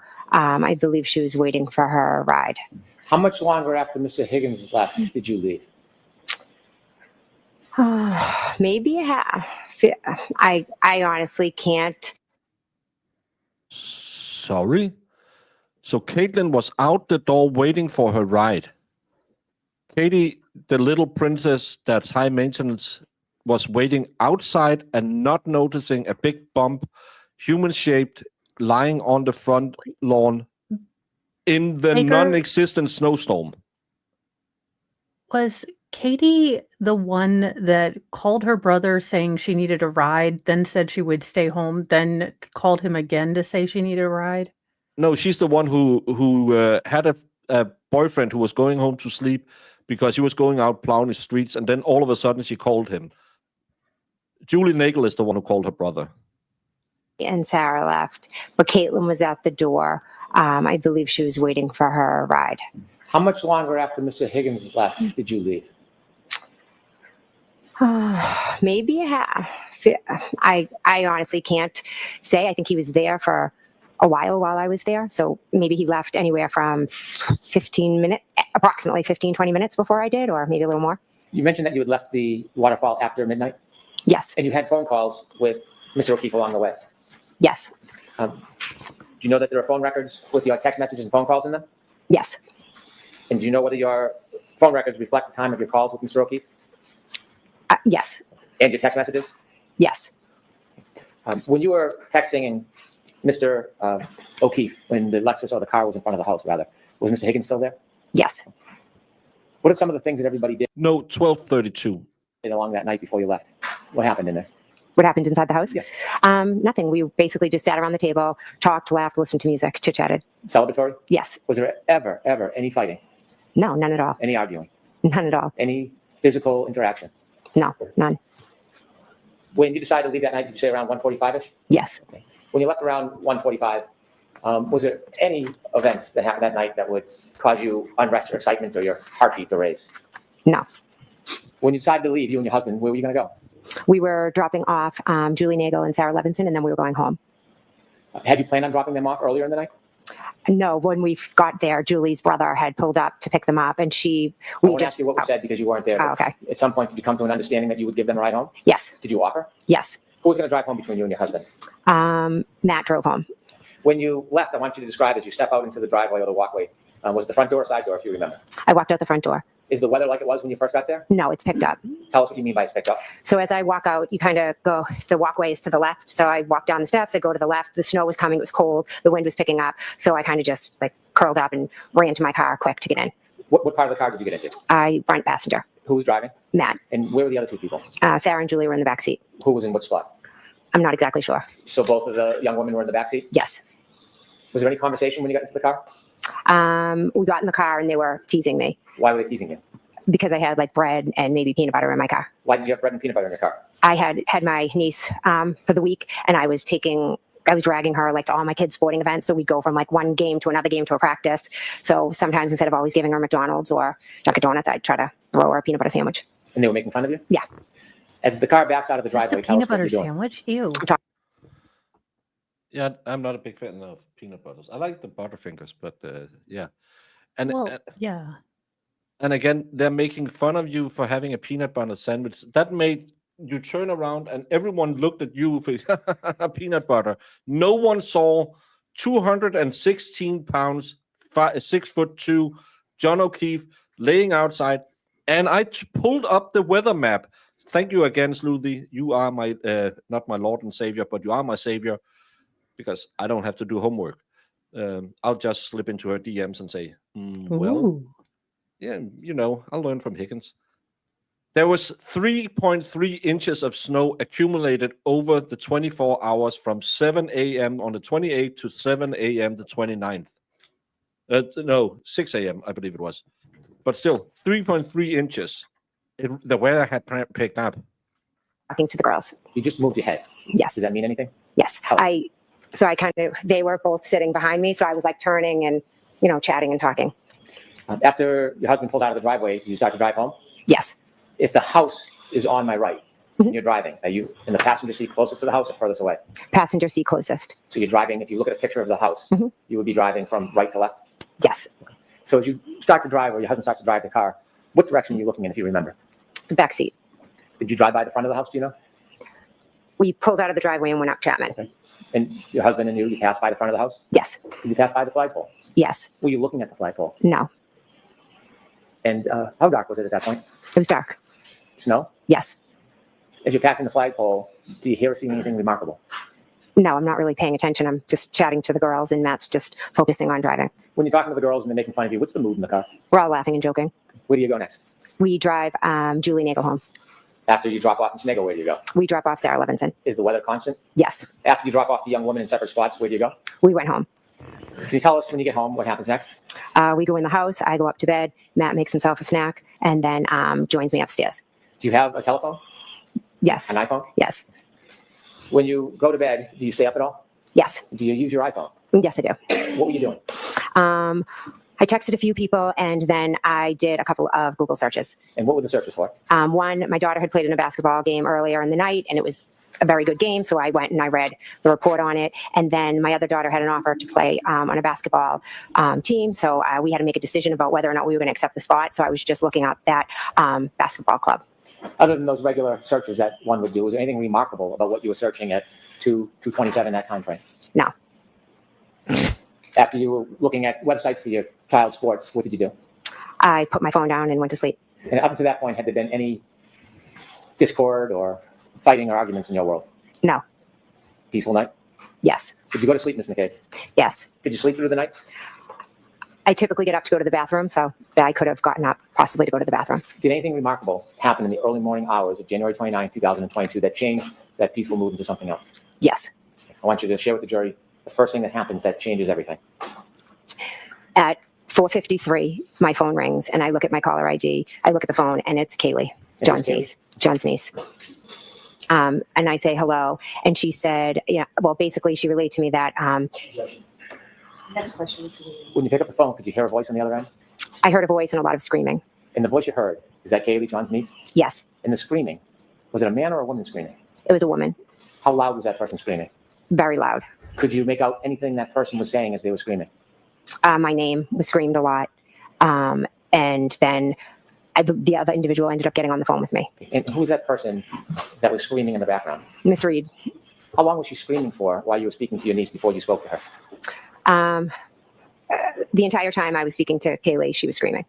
Describe her demeanor. I'm pretty sure she messed up. Miss Reed's. Yes. I'm pretty sure she messed up. She said that Caitlin left before her. I'm pretty sure last year, for the first time, they said that Caitlin was the last one to leave the house.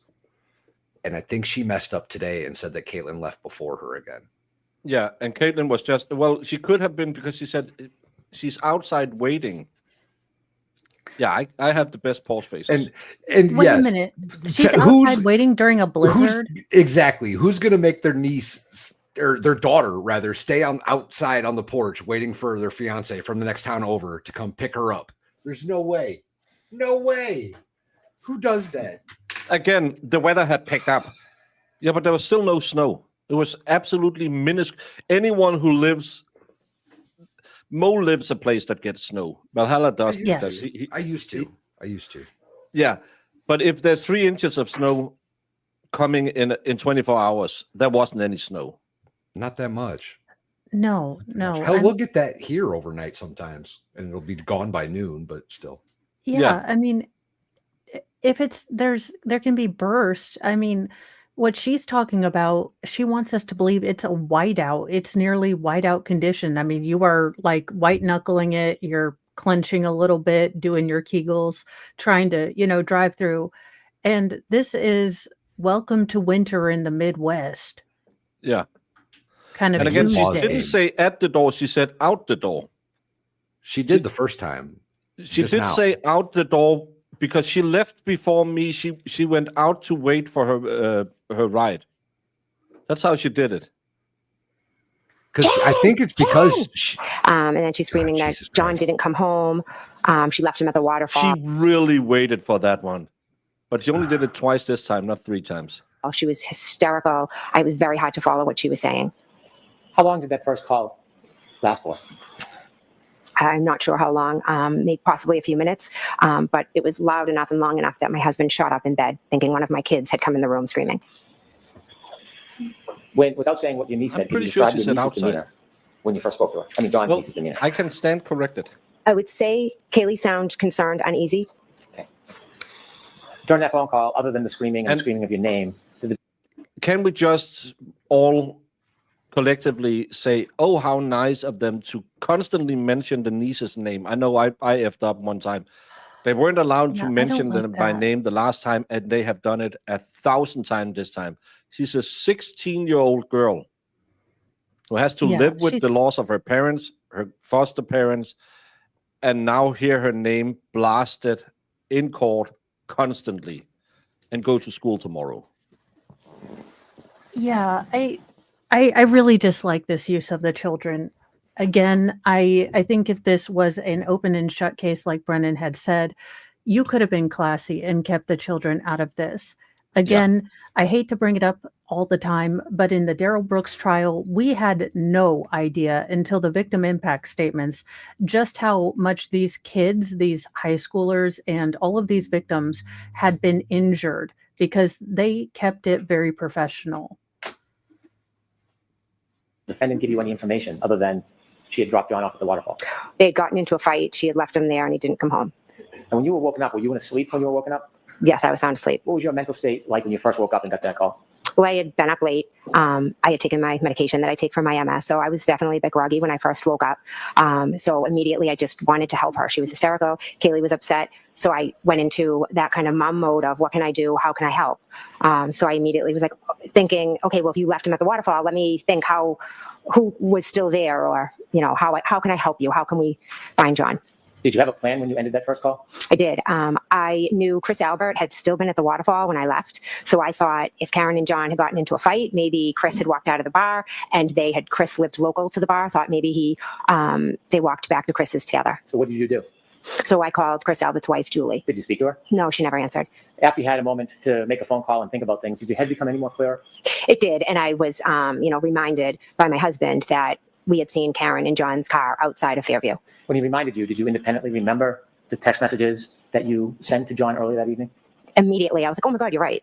Did you remember that you had seen what you believe to be the defendant's car in front of the house near the flagpole? Objection, Your Honor. Watch the form. Okay. What did you remember? What came to mind after you spoke to your husband about your memory from earlier that evening? The minute he said it, I remember seeing the SUV and then all the text messages that I had had and the phone conversation with. I had 3 beers in 3 hours, which is the normal amount of time it takes to burn one drink. So she would have been stone cold sober. Then I had a sip of White Claw. Then I went home, Googled 3 things and sent some text messages, but stayed up for an hour. And I couldn't remember till my husband told me that I saw the car the next day. And we are to believe Karen was as drunk as Valhalla on payday and made a mistake by saying, we've had a fight at the waterfall. But this lady who was as sober as a church mouse. Mm-hmm. And she couldn't remember what happened. And again, effing men of Canton, why didn't any of your lazy asses get out of bed and ride your cars around with your hysterical women in it? And why didn't you get hysterical for John missing? Your bestest friend in the wholest world. Yeah. Also, how long has she had MS? Because I understand that she takes medication. And yes, there are some side effects, and it could lead to, maybe not being as sharp, all the time. But if she's had this for a while, if she's been on a medication, her body has adapted to it. So I think she's on Ozempic. Well, that's not for MS. It's probably Nope. really bad to take Ozempic while you are on MS, because that will attack your bones, and the other one attack your nerves. The Ozempic, I think the bigger issue with Ozempic is the heart muscles. But not medical advice. But I did go back and look, and Chad is correct. She said at the door, and she said that she left before Caitlin. Chad is never correct. They were right this time. Agree to disagree. John. So after the defendant spoke to you and said she had left the defendant at the waterfall, and you had time to think about your memories, did you react or do anything with that? Yes, I believe I called Kaylee back. Why did you call Kaylee? I didn't have Miss Reed's phone number. When you called Kaylee back, did you speak to anybody? Yes, I believe Kaylee and then Miss Reed. When you first spoke to Kaylee, could you hear anything other than Kaylee? The screaming. Was it any different, or was it similar to the first time you spoke by phone? Similar to the first time. Regarding the demeanor or intensity, had it changed at all? Not at all. You mentioned the first time that you had that phone call, the defendant was screaming your name. Jen, Yes. Jen. Was she saying your name in the second call, or was it just general screaming? My name. And then when she got on the phone, I had told her, Karen, I saw you guys outside of my sister's house. And then she told me she didn't remember being there. And then she went on to say, she started saying, could I have hit him? Did I hit him? And then she just was just all over the place, like screaming my name, screaming so many different things. She was hard to follow or understand. When she was saying to you, did I hit him? Could have I hit him? Was that before or after you informed her that you had seen her out front of your sister's house? It was after I told her that. She also informed me that she had cracked her taillight. And again, this is not something she ever testified to, because she didn't tell her on the phone that she cracked her tail light, because they claim she didn't see that. And she hadn't been out at her car at this point. So she got home that night, hitting him, stumbling drunk into the house while calling him. We know that is on the phone. And she, oh, fuck, I cracked my tail light when I killed him, but I'm still going to call him and call him a pervert. She's changing her story again. Yeah. And again, when you are... Karen noticing her cracked tail light requires, again, 2 things to be true at the same time. Karen was beyond stumbling drunk, but she was also observant enough and, conscious of her guilt enough to start dropping, trying to come up with another conspiracy. So either she's so drunk she didn't realize she cracked her tail light, or she is such a mastermind that even while drunk, she can still try to cover her ass. Again, Cross is gonna be fire, and it's not going to be till tomorrow morning. In that conversation, she told you that? In one of the conversations I had with her in my bedroom, yes. When you told her that you had seen her out front, and she had said that she didn't remember that night, Was that before or after she was It depends. I don't think he's done with with direct today. saying, did I hit him? Could have I hit him? Can you repeat the question? So Sorry. she was telling you about that she didn't remember that night. Mhm. Was that before or after you had told her about seeing her car? When I said I saw her at Fairview, then her response was she didn't even remember going there. Did she ever deny that she came to Mr. O'Keefe's house? I mean, to your sister's house? No. When she told you or said to you, did I hit him or could have I hit him or something like that, did you have any idea what she was talking about? No, I didn't pay attention to it. When she told you that she had cracked her taillight the night before, did that have any significance at that time to you? No. So in telling you these different things, did you ever piece them together at that time? No. What was your primary motivation at that point? I just wanted to help her because she was hysterical. Kaylee was very upset, so I wanted to help her, and I wanted to find John. So after she told you these things about whether she could have did hit her in the light and not remembering, did the conversation end or did it progress? At some point, I was then going into like, okay, well, if she brought him there and left him there, where was he? Because he never came in the house, and she doesn't know where he is. So now, where could he be? So I started thinking there was another gentleman that was supposed to meet us out at the bar who John was friends with. So I thought, okay, well, in my head, I'm thinking maybe they got into a fight. John got out of the car, and he connected with this guy because he was at a party on the street. What was that person's name? His name is Tom Beatty. Did you call him? Yes. Did you get a chance to speak to him that night? That morning? Yes. No. Tom Beatty is the father of the, I believe, 16-year-old daughter who talked about Colin had called her at 12:35 that night, and allegedly Jen told her that she should stop at D in her mouth and stop talking so much. Wait, what? Oh, you didn't know that? No, what's this from? That's because he wasn't mentioned in the first trial. No. No. She told a 16-year-old that she should stop at D in her mouth and stop talking. And then they got real quiet. I'm just going to public service announcement this, but don't tell any of my 16-year-old children to stuff anything in their mouth, or you're going to have to deal with this face, okay? No shit. I'm just, the more you know to do. Yeah. It's Turtle Boy has, maybe I can go find it, but allegedly Turtle Boy had a talk with Tom Beatty, and he told that because Colin had called him 12, I think it was like 12:35, and it fucked up the timeline. She said, you should stop at D in your mouth instead of talking so much. This nice mom, house mom, I route around all the kids. I'm such a good woman. Did you call around anywhere else? I believe I called my sister. I called John. I called Tom Beatty. I called his daughter. You called John O'Keefe's phone? Yes. Did he answer? No. Did it go right to voicemail? I don't remember. Did you text anybody? I honestly don't remember if I texted. I primarily think I was just trying to call as many people as I could and try to figure out what happened. So you had two conversations at this point with the defendant while you were still home? Yes. Was there any further phone calls that you had before you did something? I'm not sure if I know I went downstairs to make coffee because my plan was to go with my husband. I said, come on, let's just go over to Tom Beatty's. Let's see. Maybe John's there. He passed out on the couch. I can't unsee William Dafoe I'm not now. sure if Karen called me again I or can't not. unsee it. It's a little foggy because there was so many calls and everything. And so that morning when you're receiving calls, did something happen?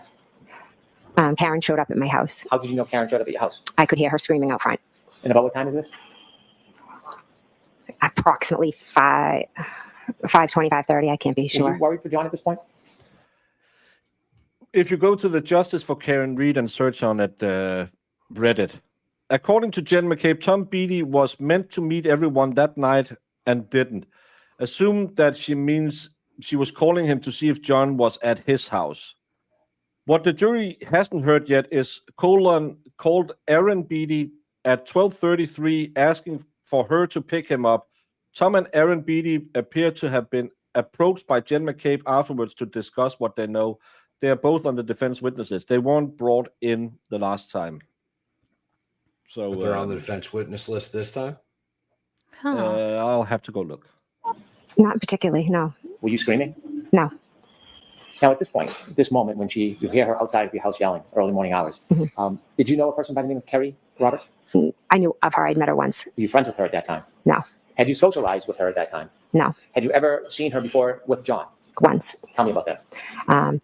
Years earlier, as I said earlier, I used to take Kaylee on Friday nights, and Kerry was the one who would take Patrick on Friday night. So we would each have the kids. And to thank us, one day John told us how he got a discount at Reebok and to get our kids shoe sizes, and he was going to buy us all sneakers, just as a way to say thank you for helping. So we all went to the store together, and then John took Kerry and myself to the hillside for lunch.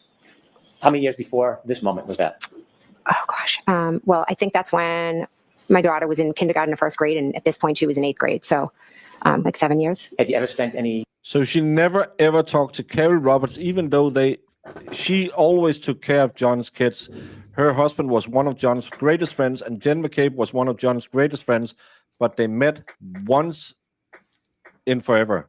I've seen Valhalla and Mrs. Valhalla more than this lady who lives in the same town has has kids who goes to the same school, and they never ever met. Hell, Baker's met my in-laws as many times as Jen McCabe has met Kerry Roberts. Yeah. Well, and that doesn't make sense because you're thinking John, he has 2 children. He's just taken on this parental role. He was probably always going to have one or the other of the children. And you don't drop off at random separate places. So that if they were all doing basketball, he would have run into both of them.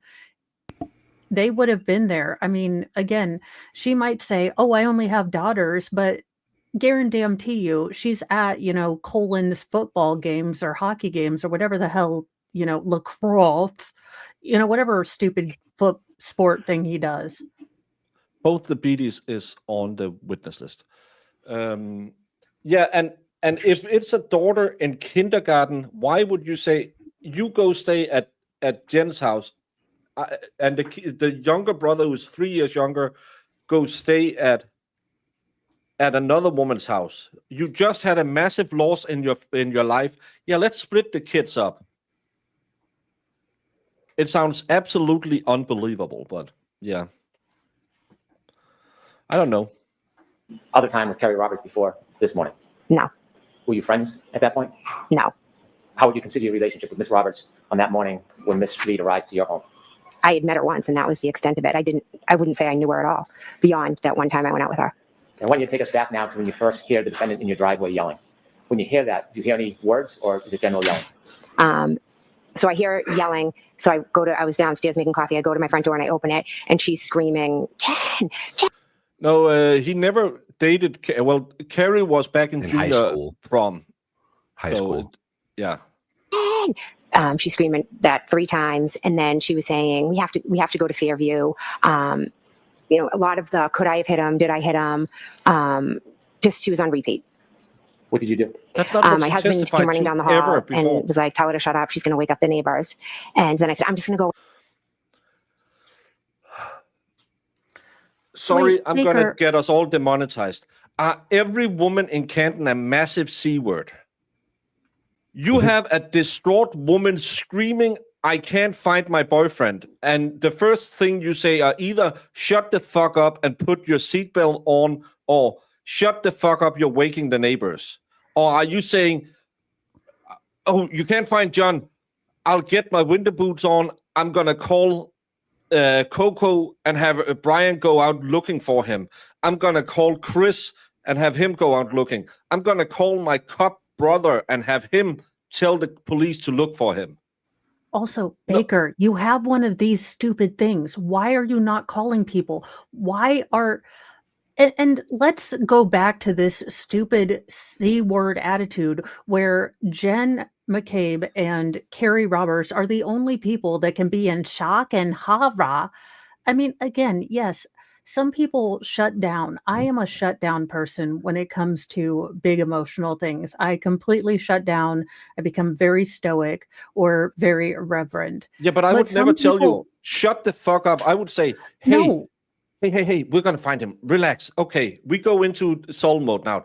I called, you called Carrie. She's coming over here. Okay, get in the car, honey. Let's get you hot. we'll figure it out. I'm going to call Brian. I'm And going to call Chris, Baker, and I'm I'm going to with you. call. Where are all the dudes in this effing town? Because Mr. Mo would like hell let me go drive to help a hysterical friend. He'd be Yeah. like, fine, fuck it, I'll get up. Where am I going? You know, he wouldn't be happy about it, but that was what Mr. Mo, and that's what I would guess Baker, you and Valhalla would do the same thing. If I called you and said, yeah. "Hey, I can't find Mr. Mo," not gonna Yeah, say nothing I'll over the catch a text, plane. but I'll be there a myself. bit late. Yeah, but that's the thing. It I doesn't had a- make sense, and I'm so tired of only specific people being allowed to be upset about John. Now, every time Karen has been mentioned in this trial, she's hysterical, she's ridiculous. I'm sorry, but as someone who has lost someone, I can tell you that those thoughts, that crazy, that where did I find him? Where is he at? That is going on in your head, even if you are a shut down stoic person. So it really pisses me off that Carrie is allowed to be shock and hara, and Jen is allowed shock and hara, but Karen was just hysterical and not helping with anything. and again, I have had my ex-wife called me when my kids were small, and one of them had that airway infection kids can get, and she wasn't breathing right, and I said, okay, it's going to take a little while, but I'm on my way. And she said, well, we're going to take an ambulance and go to the hospital. I'll be there. And that was at like 1:30 in the morning. Yeah, I'm fucking going to the hospital. My daughter could be in trouble. You betcha. If I needed to go to her house and pick her up and drive her to a hospital, I had done that. But this town, the men are all sleeping, can't wake up, are just shut your hysterical friend up. They don't care about John enough to say, oh, maybe we should just take a peek. Maybe we should call every fucking one knows a paramedic or a police officer. Why haven't they called one single one of those? Because what? They didn't want them to go out looking, or because they knew they wouldn't go out looking? Why isn't she calling her? She has a brother. She has a brother-in-law brother on the force. Why isn't she calling him and say, hey, John is missing. Have you heard anything? No, I'm calling 911, talking to Sergeant Goody, who's also a friend of the family. Why isn't she calling her brother-in-law, who is a police officer? I just don't believe Jen. She does not feel genuine to me. Nothing about her body language matches the fact that she's actually upset. Why would she not call her sister and cop brother-in-law, whose house she's currently driving to, because that's where she believes he is, or the last place they saw him? Why would they not call Brian or Nicole? Why? Yeah, that's the first person I would call. Say, hey, I know we didn't see John, but just to make Karen calm down, because she's hysterical, can you go look? Why wouldn't you make that phone call? Yeah, that would be the first phone call I'd make. Because I can guarantee you, if I said, I'm going to go drive to so-and-so's house, Mr. Mo's going to say, hey, you want to call them before you go out in a blizzard? Yeah. And I'd be like, yeah, that's actually pretty smart. Jesus. With her, I'm going to go look for John. And then he yelled down saying something like, you can't be driving around in this weather, with a broken taillight. When you saw the defendant at your front door, had the weather changed overnight? Yes. Was it different? That's a new story, too. You can't be driving around in this weather with a broken tail light. Yes, now the snow had intensified. It was almost like, it was dark outside, but it was like whiteout conditions. How dark? Dark. I mean, it was dark. It was like 5:30 in the morning. What was the visibility like? Not good. After you meet the defendant, why did they force her to go back to her own house? That's another one of those what if any stories. Door, do you let her in, or did she stay outside? I'm not sure if I just grabbed my coffee and ran out, or whether she came in. So we went down my walkway. She was just kind of running all around. The driver's door was open, so I told her I was going to drive because I thought she was too hysterical to drive. In the meantime, all of a sudden there was a car at the end of my street, and there was a plow behind it. The car that came to the end of your street, do you know where it went? I meant the end of my driveway, I'm sorry. When you say at the end of your driveway, did it pull into your driveway? No, it just kind of stopped right at the base of my driveway. Okay. How far behind your car was that car? Not far, because the coffee first thing thing's you throwing do, me off. you're looking for your dear best friend in the whole world, but hey, Mama can't drive without her mocha chocolate. Come on now. Well, so tell me where I'm wrong in this train of logic, right? She's woken up in bed after getting Yes. to sleep, 3 hours before this? Had a couple Yes. beers, had three or four drinks that she's admitting to, got less than 3 hours of sleep by the time she gets off of her 2:27 a.m. Google searches, wakes up to a hysterical Karen Reed who lives literally just down the street, like on the same block, and has time to make No, they don't coffee? live at the same block. No. Who? Yeah, don't they? No. Chris Albert used to live at the same place. John There O'Keefe. you go. That was the confusion I had. Thank you. You are correct. Not too far. Okay. Did you know who was in that car? No. Did you learn who was in that car? Yes, How did you learn who was in the car? because I said, "Who Knew is something that?" wasn't adding up. Did you ask the defendant or did you walk? I asked the defendant, and she told me it was Kerry Roberts. Did you meet Kerry Roberts face to face in your driveway that morning? Yes, I wouldn't say we met. It was more of a the plow was coming, so then she was having to move down the street, and then either Karen called her or she called Karen, but they were on the phone, Karen's phone over the car, so they started talking. Did you get into the defendant's car? Yes, we did. I got in the car with Miss Reed. When you got in the car, you were in the driver's seat. Was Miss Reed in the passenger front? Yes, You said there was an open call. Is there something you could hear on a speaker? yes, At that point, had you had a chance to go and look at the taillight of that car? no, Did you have any interest in the taillight at that point? no. There was an open call between who? Karen and Kerry Roberts. Can you describe what you heard in that call? Karen was saying that she wanted to go to Fairview, and Kerry Roberts was instructing her that no, we weren't going to be going to Fairview, and she kept saying, "We got to go to your sister's house." And Kerry Roberts said, "No, we're not going to be driving around in this weather in two cars. Let's go back to John's. Let's go to Meadows. Let's go see if he's there." That was kind of the conversation. And then Karen was doing a lot of screaming, and Kerry was kind of yelling back at her to shut up. Who was taking charge of the situation that morning? Kerry Roberts. Were you in charge of it? No, Did you weigh in or make any decisions on where you were going to go next, or were you just a listener? I just listened. Kerry said that Kerry's kind of a take charge person. She said, "We're going to Meadows." So I said, "Okay." I drove to Meadows. Now, at this point, you didn't know Kerry Roberts other No. than that meeting? Yes, correct. Anyone who saw Okay. Kerry Roberts, when in the hell did she become a kind of take charge person? Also, question, do we actually think that Jen McCabe is going to take, "I'll be in charge. I'm in charge, you cabbage"? I mean, do we really think that Jen McCabe's going to, reply docilely to not being alpha heifer of this clan?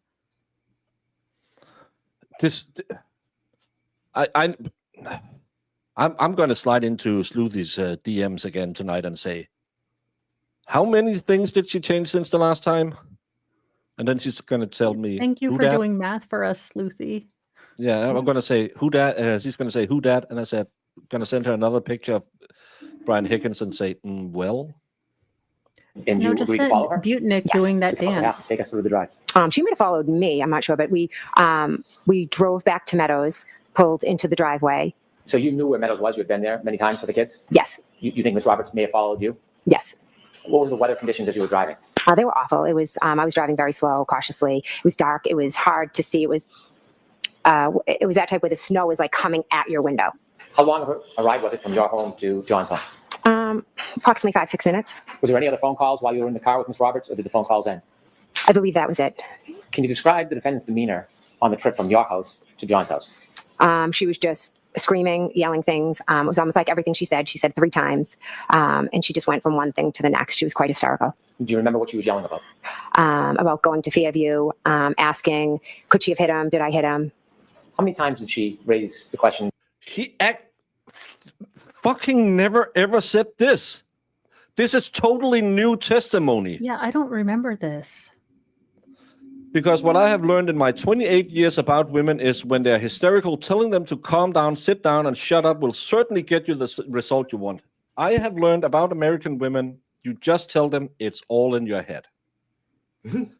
I know this from Vegas Rick, a renowned womanizer. And he tells every time a woman starts to get a little upset, you just say, I think this is a you problem.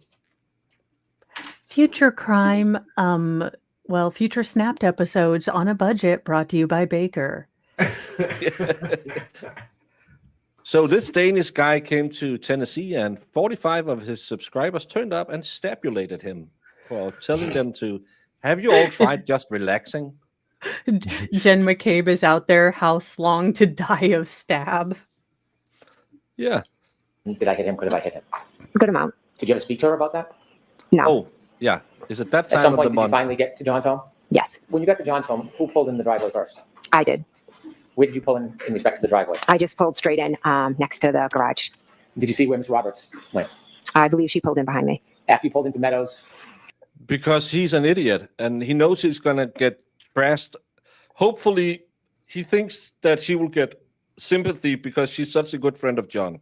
John's home, and you stopped. What happened next? We go into John's house. When you went to John's house, did you all go in the same way? Yes, we went through the garage. And before going to John's home, did you do anything? Before entering into the house, Yes. I took off my shoes. You took off your shoes? Yes, Why did you do that? because you always had to take your shoes off at John's. He didn't want you to track. He would have yelled at me for tracking snow in his house. Did you see if Carrie took her shoes off or not? But you didn't really hang out with him that much. But you know, I believe she did. Did you see whether the defendant took her shoes off or not? Stupid thing. She just walked right in How would you remember that? because I thought it was strange. What was your purpose when you went into the house? What was the number one thing that you were worried about? We were looking for John. Anything Okay, else on Baker, your mind when you went into his house? Also, Karen Reed, per her own testimony, is unable to focus, is continuing to say things in triplicate, is not moving off of subjects, is not really paying attention, is stuck on threes, is sort of stuck in a cycle of three or Threes. four different topics. But it's suspicious that a person this hysterical, so hysterical that you ran out with your Folgers, to drive because your husband couldn't be bothered. You find it sus that she didn't take off her boots? Maybe because she was looking for her fucking boyfriend, you absolute numpty. yeah. And when she says, I looked at my house, let's go to Fairview and see if he's there. Even if she said, did I hit him when he got out of the car? Let's go to Fairview. No, let's go back to your house. No, I looked there. Let's go to Fairview. No, go back to your house. Yeah, that Well, I doesn't knew make Kaylee any was sense there. to me. Buy a little more time. It's the She knew. only thing that can make sense is we need her not to find him. House long to die in cold. She probably had a good idea how long it took that they needed. Now, at this point, did you have a close relationship with Kaylee? yes, Do you still? yes. What did you do when you went in the house? Where did you go? I walked through the kitchen and then I kind of peeked into the TV room. I walked through the Yeah. dining room, and then before I went up the stairs, I kind of peeked into a living room. I went up to the top of the stairs. I peeked into John's room, and then I went into Kaylee's room. Did you ever see John? No, Why did you go to Kaylee's room? because I wanted to go check on Kaylee. Did you have a chance to speak to her? I did, yes. What was her demeanor at that point? She was very, she was in the bed. She was holding on to her phone. She was terrified. Was she screaming? No. Did you provide her any comfort? Yes. I told her that I was going to go out. I told Kaylee that I was going to go out with them and I was going to find John. And I promised her that everything would be okay. The best part of waking up is John O'Keefe in your red Solo cup. This is so works. disgusting. The fact Yeah, you that go Brennan tell is go tell a 13-year-old daughter that, hey, we're gonna find your dad. He's probably dead somewhere, but we're gonna find him. Don't you worry. We're gonna go out looking for him. not that, but to juxtapose the way that Kaylee is dealing with it, with the way Karen is dealing with it. And again, as soon as this goes to defense, it's going to be shock and horror for her. It's horror. I saw the horror. Karen's expressing what, is a normal pattern of, high trauma. But to juxtapose that with Kaylee's and try to make Karen look, absurd, it again is so upsetting with the same people who are going to use their own mental health and shock and horror as a shield. It is so pisses me off. Yeah. At some point, you left Kaylee? Yes. Where did you go? I went back downstairs and then we went out to look for John.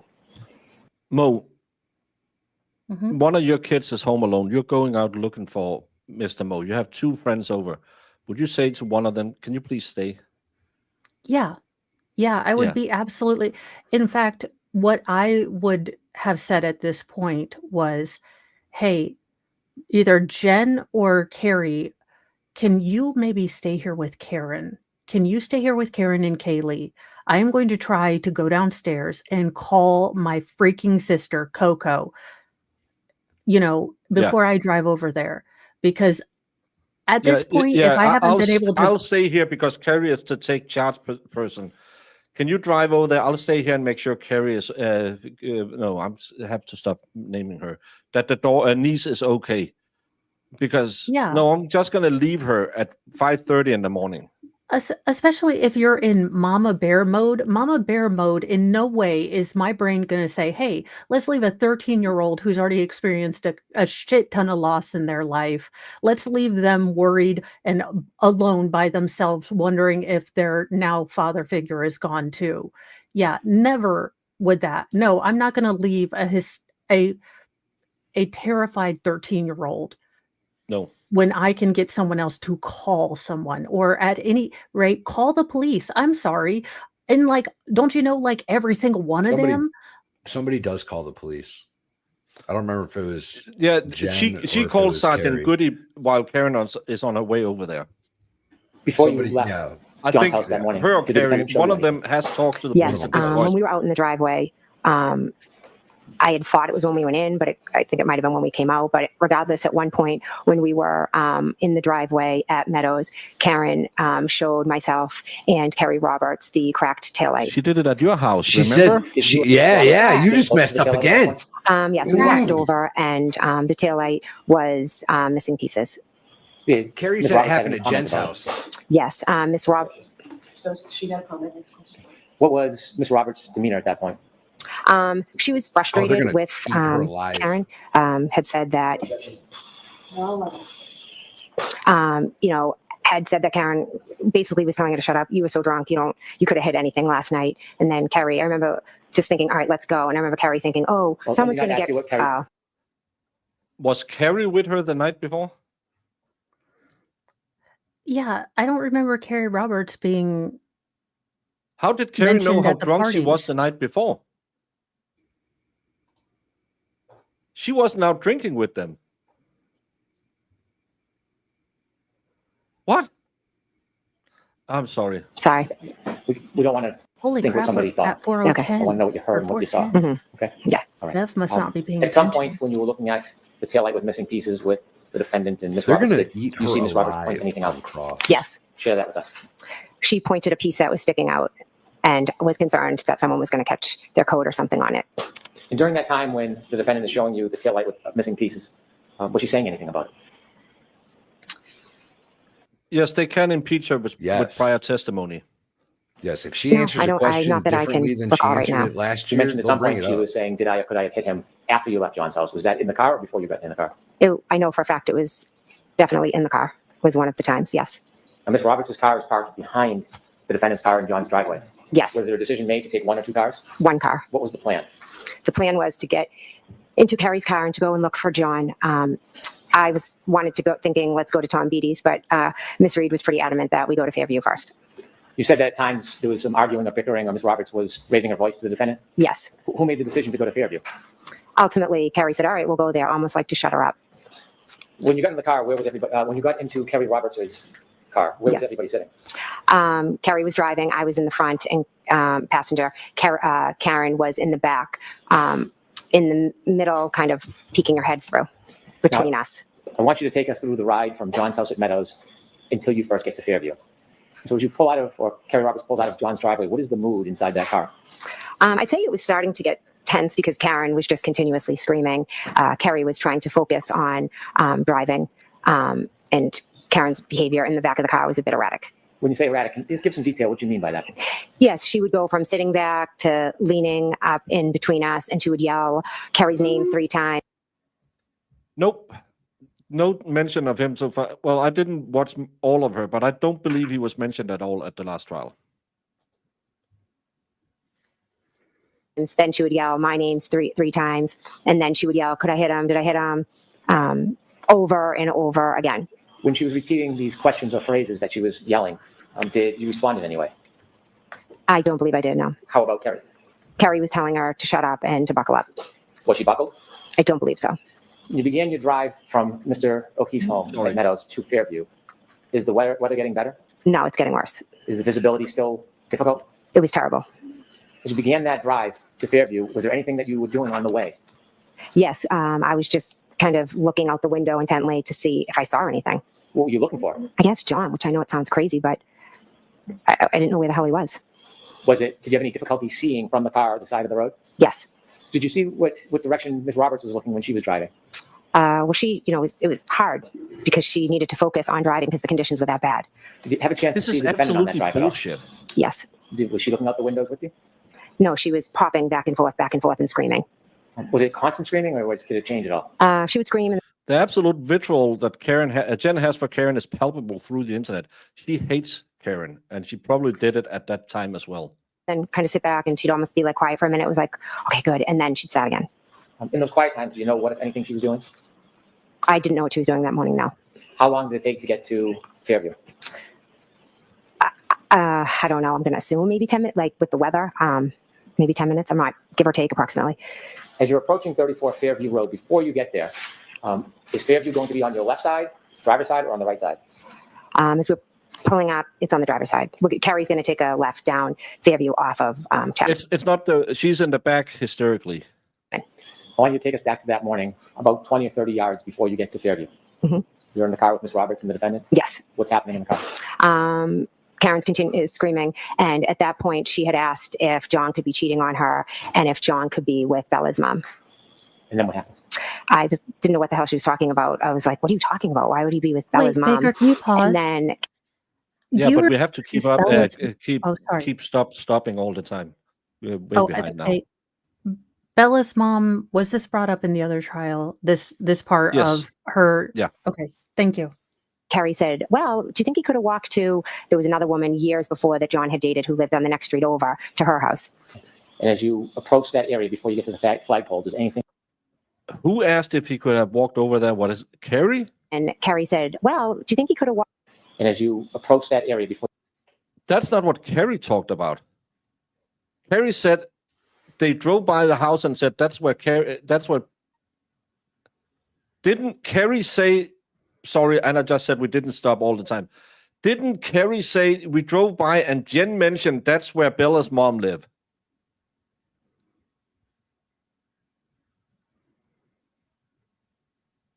Yeah, I thought Carrie. I'll have to look at my notes, but I thought that Carrie said that Jen had brought up Bella, not Carrie. Because she had mentioned him the night before, and now they drive by the house, and she said, "This is where Bella's mom." Because I was wondering, why the hell would you mention where some previous date lived? You get to the flagpole. Does anything remarkable happen? No. Okay. What happens next? As we're driving down the street, I just say to Carrie, because she doesn't know where my sister lives, oh, her house is just at the bottom of the street. Visibility still difficult? Yes, awful. What happens next? We continue, driving, and we're driving slowly past, the line of, I guess, bushes and the flagpole area. And all of a sudden, Karen's screaming from the back, "There he is," or something to the effect of, "There he is, let me out." Did you know what she was talking about? I had no idea. When she was yelling that, did you look up? But they're coming from the other direction this time. So if this is the flagpole, aren't they coming from this way? No, because we can be inverted. Oh, true. Sorry. Baker, the smarty pants. This is why I make the big bucks. Oh, such a smarty pants. House flagpole. The night before they came this way. And she said, turn right at Bella's mom's house. So that must be in that direction. This is the driveway. This is the house. This is the flagpole. We see the car is parked here in the morning. So they must have come in this way. Yes. Yes. So how are they driving past Bella's mom's house in both directions? I guess Carrie and Jen getting together to get their story straight didn't work out as well as they thought it would, huh? T-Rex. I think Jen is And- trying to distance herself a lot from Carrie after Carrie admitted to lying to the grand jury. And Melanie makes a good point in my chat. If Karen already knows that he's passed away because she, saw him in the back, she thought Bella's mom and pushed on the accelerometer and just, ran him over. Why is she worried if he's cheating? Yeah. She knows she saw him, on the ground all cold and stuff before she left him. Yeah. Yeah, he didn't look mortally injured. That's the thing she supposedly said. The window? Yeah, we had our eyes peeled out the window. Did you see anything? Nothing but snow. How long was she yelling about whatever it is she was saying? She screamed, stop. So Carrie stopped pretty quickly. There he is. She could have kicked the door, like, let me out of here. When she was kicking the door, what were you doing? I was just like, what the heck? What is going on? What happens next? She gets out. Carrie looks at me and said something. I said, like, she's batshit crazy. Then what happens? Then Carrie got out. Then I got out of the car, walked around the back of the car, and was walking like over to where I could see the girls were. Now, at that point, you were in Kerry Roberts' car. Yes. It had its headlights on. Yes. Was it facing up the street of Fairview? Well, we had come down the hill, so yes, up the street. There was no other lighting in that area? I do not believe so. No fire engines or ambulances at that point? No. No police cars? No. Any street lights? It was dark. When you got out of the car, did you look towards the area of the flagpole? Yes. Could you see anything at that point? No. How close did you get to the area of the flagpole before you could first actually see something? Well, I saw the shadowy figures of Carrie and Karen, and it wasn't until I got very close over to them that I saw Carrie removing the snow from John's face. Is that the first moment you realized that was John O'Keefe on the ground? Yes, it was. When you see Carrie removing the snow from John's face, what do you do? I wish tomorrow was the I was day frozen. also I we was can shocked. I play couldn't the believe that two was ones right after him each just lying other. there. Tell us what you're seeing. What do I see? Turn on I the see Carrie waterworks. just wiping the snow off. Karen had straddled him and had lifted her shirt and his shirt and was laying on him, and Carrie was screaming at her to get off of him. And I was literally just stunned, and there he was. What did John look like when you saw him? I couldn't see much but his face because the rest was snow and Karen was moving over him, but he just looked like just him, just like frozen. What did you do? You didn't specify this the first time I just either. stood there for a minute because I couldn't believe it was him. And then Carrie Roberts and I made eye contact, and I knew. I was like, all right, I'm going to call 911. But I think I knew in that moment that John, was dead. Did you call 911? Yeah, I started to call 911, and Carrie and Karen were just screaming. And so I walked back towards Carrie's car, and then Carrie was also yelling at me to go to the back of the car to look for blankets and towels. So as I was calling 911, I was at the back of the car looking for the towels and the blankets to bring over to Carrie. And while I was doing that, I believe 911 answered. Did you speak to 911? I did, yes. Did you get the towels and blankets that Carrie had requested? I did, yes. After your phone calls 911 and you had the towels and blankets, tell us what happens next. So after I called 911, I went back over to Carrie, Karen, and John. And at that point, Carrie asked if I would take over compressions. So she got up and I started doing compressions, and Karen was doing mouth to mouth. That's a new thing. Brand new. When you started Brand doing new compressions, were you touching John over his clothes or touching his skin? I don't remember. Did you at that point get a chance to touch John's body and see how it felt temperature-wise? I just could you remember when I imagine? was doing the compressions. I don't really know how to explain it. It Could just felt you very funny. imagine I'm sorry, finding somebody frozen in the snow and going to your car for blankets instead of taking them to the house that your sister and brother-in-law live in? We need to warm this guy up. Let's just keep him in the snow and wrap a blanket around him instead of walking to the door of the house of your brother and sister. Where The he's trained, that never the occurred to me trained first before. responder at the house. She calls 911. Do you know what she could be doing while they were working on him? And she's calling 911, banging on the door, saying, "Brian, get out get here!" his ass in the house. Just wasn't like normal. I don't. It wasn't normal, Jen. It wasn't. I can't think of how to describe the way it felt when I was trying to press down, but it was like resistance. How long did you try to give compressions and give aid to John for? Until the police came. Mr. Brennan, why don't we end here? She just said she was giving CPR until the police came. Yeah, which is a lie because she's standing up when they're coming. Sharing with the ARCA witnesses. Lie. And when she's on the 911 call, gird your loins. clearly not- This will be a wild ride. Your Honor, in light of yesterday's hearing with the ARCA witnesses, the Commonwealth is going to ask the court to preclude the ARCA witnesses from testifying both about any new testing and any new opinions, and secondly, from testifying about their original opinions turned over in a report prior to last year's trial. To be brief, what we learned or confirmed. So we don't want them to testify at all. We do not have all of the discovery of communications. There was a court order for the ARCA witnesses to provide Your Honor with all of their information, phone records, text messages, communications about this case. Instead of providing their information to the court, they instead chose to send it to the defense, and then it was summarized and provided by the defense to the court and to the Commonwealth. No. It appears to me that is not in compliance with the court's order. What we learned during the hearing yesterday is that Dr. Wolf admittedly destroyed over 100 text messages. Now, he mentioned that he changed phone carriers, but then later admitted that he actually intentionally, for no apparent reason, destroyed the text messages in this case. And so what is left for Your Honor to look at? You got the reason yesterday. He does it every time he ends communications. Is a summary of phone records from the defense and ARCA's information that is passed through the defense to the court. You do not have the text messages. You do not have the content of the text messages. There is no summary of the conversations, dozens and dozens of calls between the defense and the experts. It is difficult to believe that all of those text messages and all of those phone conversations dealt with simply logistics. In fact, we later learned during the questioning of Dr. Rensselaer, there is much more involved than simply logistics. But to get back to Dr. Wolf, he did not disclose to the court that he was communicating and having conversations on Signal. How odd. An expert using Signal. Never used it before.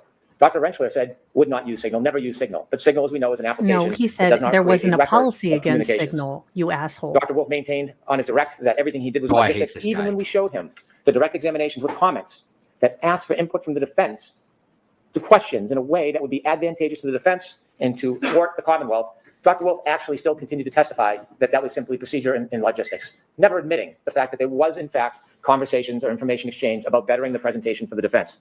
Inevitably, I asked him about the sequestration order and how evasive he was. You simply have to compare him to Dr. Rensselaer, who was quite candid.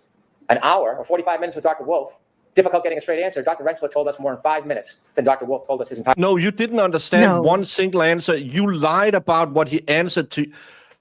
Examination.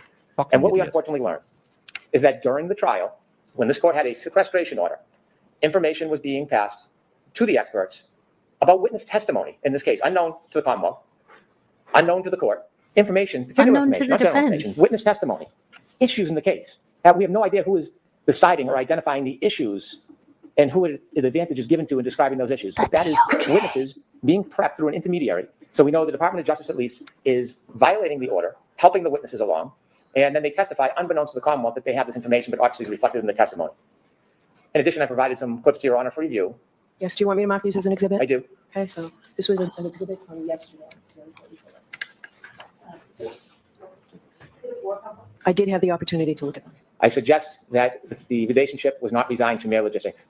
And so from that subterfuge, what we stand with today is that we know that the witnesses were well prepared. We know that there was not true independence. And what we know is that they are refusing to provide the necessary information to support their original opinions that they gave at the first trial. They cited that it was a protective order. Classified. Perhaps it is. That has nothing to do with the issue. By calling the ARCA witnesses as their witnesses, they then have the obligation to comply with Rule 14. Unlike the first trial, where the Commonwealth had no ability to do any testing, review, vet the reliability of information, properly prepare for cross-examination, this trial, that should not occur. Just because it happened last trial and the Commonwealth was disadvantaged does not mean it should happen this trial. And that is precisely why I began moving for discovery in this case early on. Inevitably, if these witnesses cannot provide information because it's under a protective order, it may not be the defendant's fault in its inception, but it is their problem and difficulty because they chose to hire the ARCA witnesses. They could have chosen any witnesses they want. Rule 14 is not obviated because they made a strategic decision to call the ARCA witnesses. So now going into this trial, even Dr. Rensselaer admitted that an expert should have time, in their opinion, a month or more, to review the raw materials. It's not enough simply to have a report, as Attorney Lisi preached during his argument. We should have the opportunity to go through the raw data, the history, the video, determine whether there's any failed testing. We don't have that benefit. And so my position has changed. Metadata. That those early opinions should not come in because we have no ability to fairly cross-examine. As for the new opinions, the report may not be done until May 7th. We are in the middle of trial. Concedingly by the defense, or at least their witnesses, it takes a month to go through the discovery. When I filed my motion on the eve of trial that we would be unable to prepare or we would want to continue in this case, I appreciate why this case wasn't continued. But I knew, given our scheduling, our experts will not be able to look at this material. Our expert is away until after the first week of May. He is going to be testifying shortly after.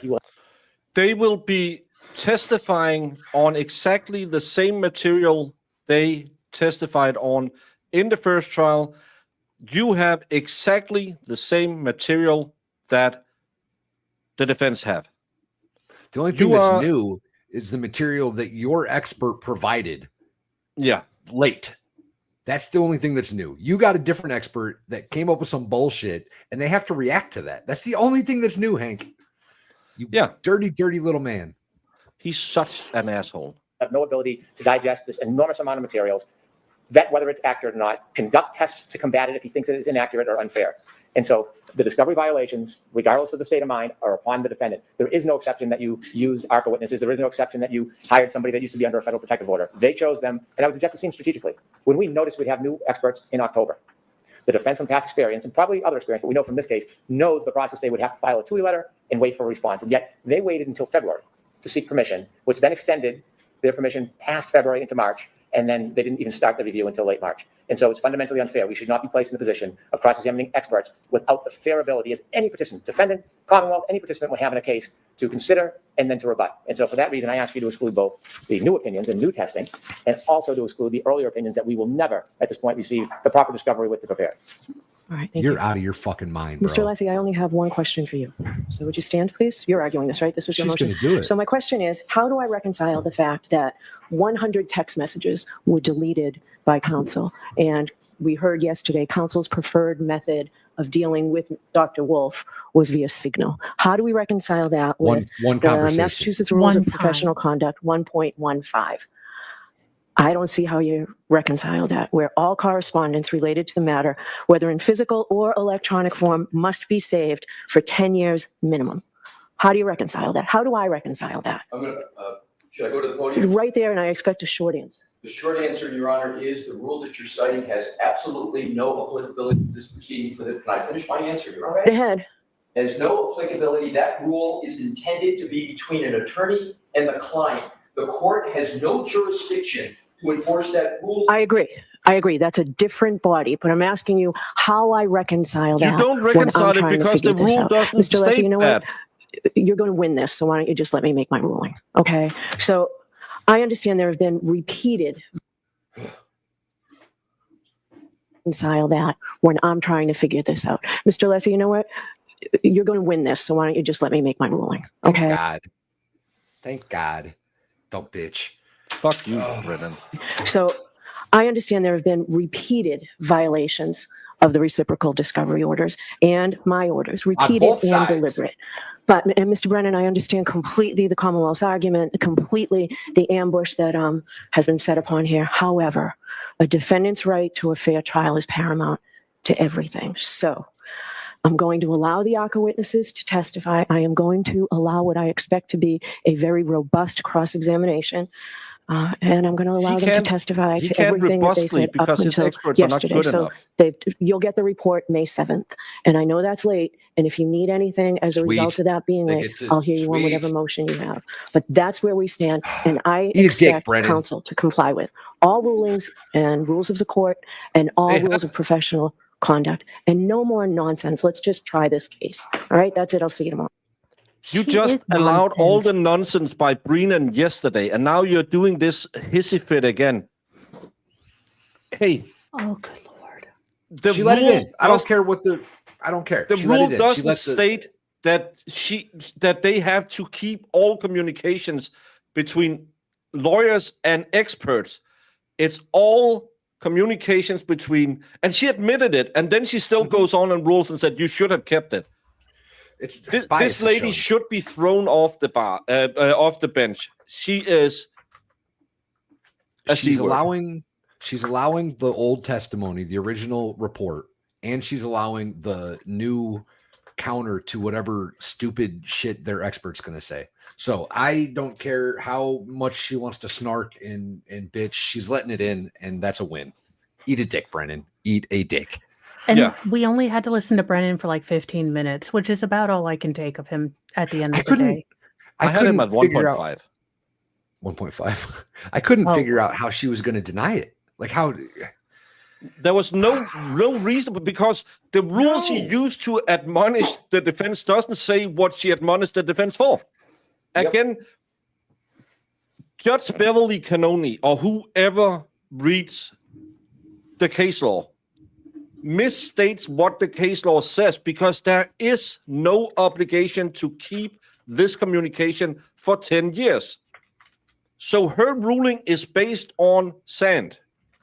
She doesn't have a foundation to build her ruling on, because that's not what the rule says. The rule clearly states it's between a client and a lawyer. It's not every single communications you had while you were representing Karen Reed. It's not every text message you sent to Hank Brennan. It's not every text message you send when you, hey, can we get 4 large pies because we are working all night? It's, hey, Karen, we need to find a dog bite expert. Can you rustle up $250,000? She wanted to kick them out. She wanted to keep them from testifying, but she couldn't come up with a reason to do it. So she was still salty that that the DOJ hired for an investigation 2 years ago, 3 years ago, didn't hold on to the records, but couldn't find a way for that to matter in this case, because it had nothing to do with Karen Reed. It had nothing to do with Karen Reed's lawyers. She's what professional people call, see you next Tuesday. I'm just glad it's in. Now ARCA, and hopefully they get to talk about every aspect of their investigation, including the fact that the DOJ hired them, because Bev just said they can talk about everything that they talked about up until yesterday.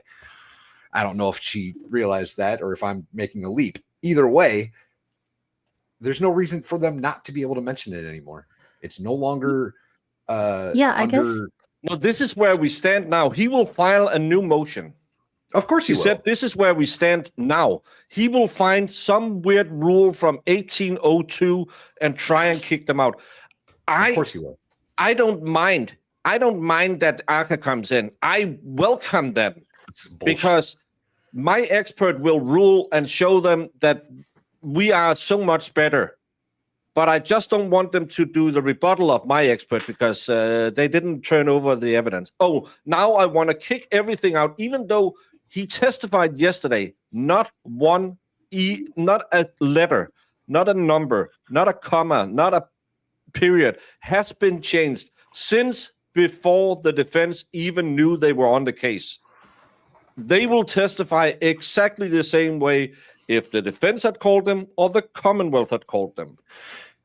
He testified to that yesterday, and still this absolute douche canoe of a man will try and pretend that they changed everything. Which one looks more like Jen asking for a friend, need professional appearance? The frown. That's what I thought. Yeah, the frown. Yeah. All right. I just wanted to have, a mushroom representation of the current witness now. And that was so frustrating for no goddamn reason. Yes. Do you all have filler for your face over there? Yeah, that's called food. Do I need filler in my face? Restless Mom, now you make me self-conscious. I think the last thing you need in your face is filler, bro. I think you're doing just fine on the filler. I don't know if you have any ideas to make it look like I've slept since I had children. That would be awesome.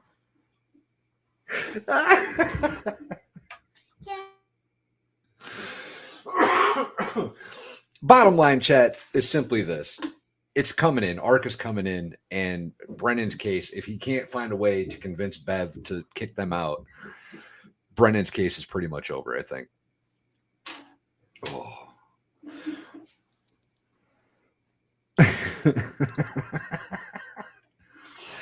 Yeah.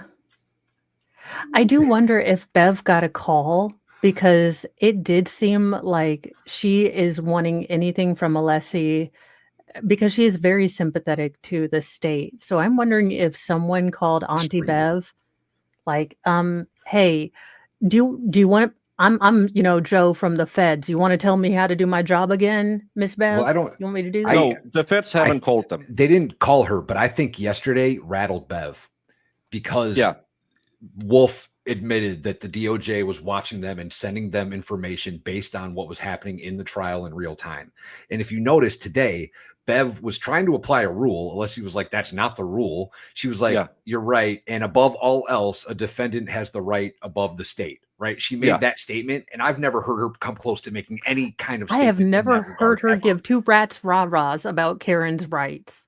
I think she was terrified yesterday when she found out the DOJ is watching this all unfold, and she realized that she needed to straighten her shit up before she ended up losing her job or possibly going to prison over this shit.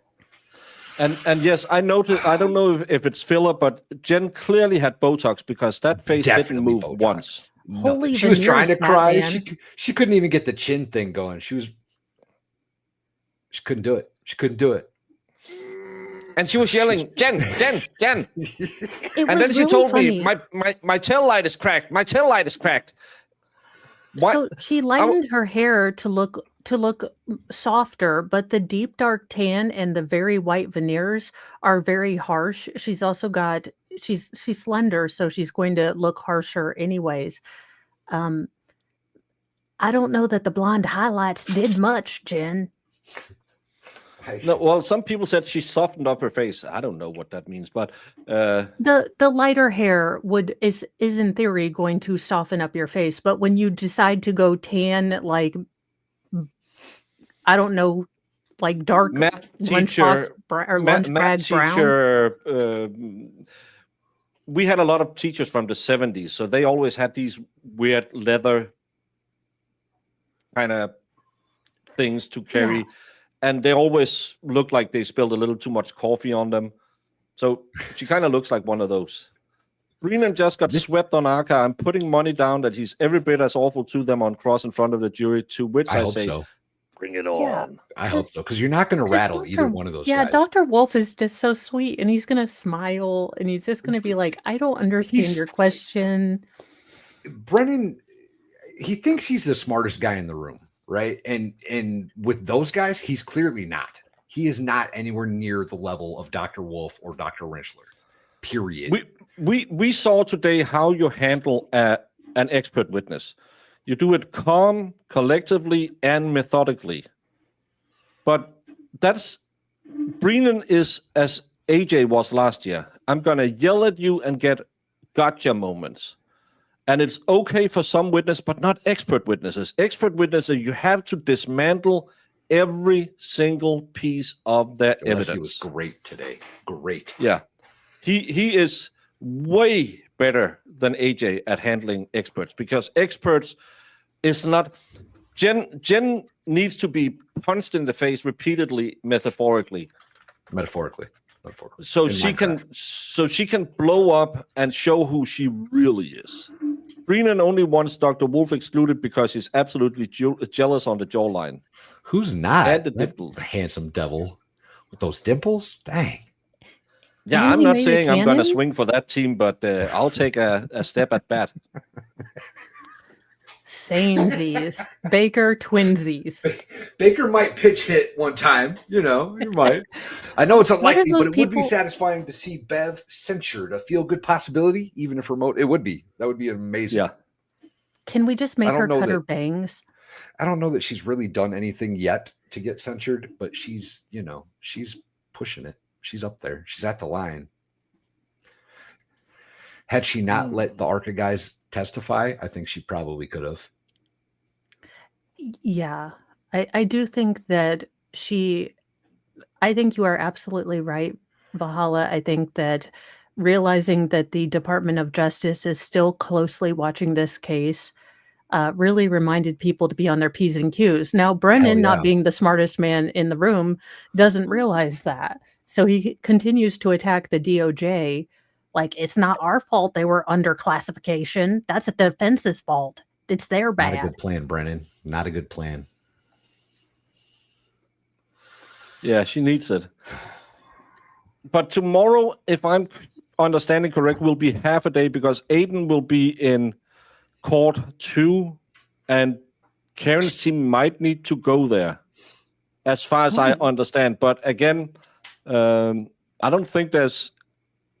Maybe my my wonderful mods have found a timeline. It's amazing to me that Special Prosecutor Brennan, who has nothing to do with the prosecution team, generally speaking, in this county, is also involved in the prosecution of Turtle Boy's case. I find that so bizarre, almost like it shouldn't be happening. Yeah. Well, Yeah. you would think that if you brought in a special person to be in charge of only this case to kind of preclude looking like you have any involvement in it, he wouldn't be involved in another case that is deeply entwined in this case that also makes you look like incredibly, corrupt douchey McDouchebags. But I've only watched Super Troopers like 100 times, so I'm not a copologist. She really changed her looks a lot. Yeah, she lightened the hair. Well, do you think that do you think it's cosmetic, or do you think No, it's because her face is the same. stress? It's just the hair that she parts it a different way, and it's lighter, and she's not in a black, because she looks kind of like an evil woman in the old one. She still have the same weird look in her eyes, but she lightened up her eye makeup so she doesn't look as mean. She blonded her hair. Her face is thinned out. She's wearing a lot more. She's wearing a lot more contour, and it does look harsher. It looks harsher because she has lightened her hair. So while that might have been a tone that she could get away with as a brunette, she's still putting on her makeup like she's darker skinned. I think she has darker lost hair. weight, you guys. I think she looks thinner. I think that her face structure, her cheekbones are popping out more. I think it's the contour because she was already skinny to begin with, but it also changes a lot that she has the light shirt on, and look at the big old cross she put on, kind of like her daughter. I like boob cross. I think boob cross is great. Hey, if I'd like to be there, Jesus would too. I can't. I can't help it. This is all I see now. Ever since we pointed it out earlier, all I see is William Dafoe in drag. That's all I see, y'all. Thank you so much, T-Rex Trucking. And maybe Bev will show up tomorrow if it's a half day, because that wig is not comfy. You should see how fast she yanks that wig off after the stream ends. It's gone, y'all. I love that people are saying, yeah, she looks skinnier, she looks fatter. I think she looks skinnier. I think she looks I just think she looks less evil because she had a mascara, the weird things lady put on their eyes. Eyeshadow. Where's Jamie when we need her? Lashes. And everybody's got a she looks less but she still has the crazy eyes. Mo, let me see your mascara face. Oh, my mascara face? Well, I can do my Jen face. And she was saying like, Jen. And I was like, you're hysterical. And then I told my husband, I was like, look, I'm just going to get some coffee. And then I'm going to shut her up because like the neighbors. And then then she didn't take off her shoes. But again, let's just try and go over. You get woken up after 3 hours of sleep. You've been out and you absolutely wasn't drunk you get woken up. Are you even answering the phone? Because Mo would pretend to sleep through it. Hell yeah. Yeah, but you get up after 3 hours of sleep. You're a mom of a lot of babies, and so you're mama bear. You get out, something could have happened. The first thing you hear is, hey, it's Kaylee. Karen is losing it. And then you hear screaming and you think, oh, this crazy bitch, she's waking me up at this hour. And then Karen comes on the phone and says, John hasn't come home last night. Could I hit him? I think I hit him. Could I have hit him? My tail light is busted. And you think, hey, calm down. Let's go look for him at your... where did you see him last?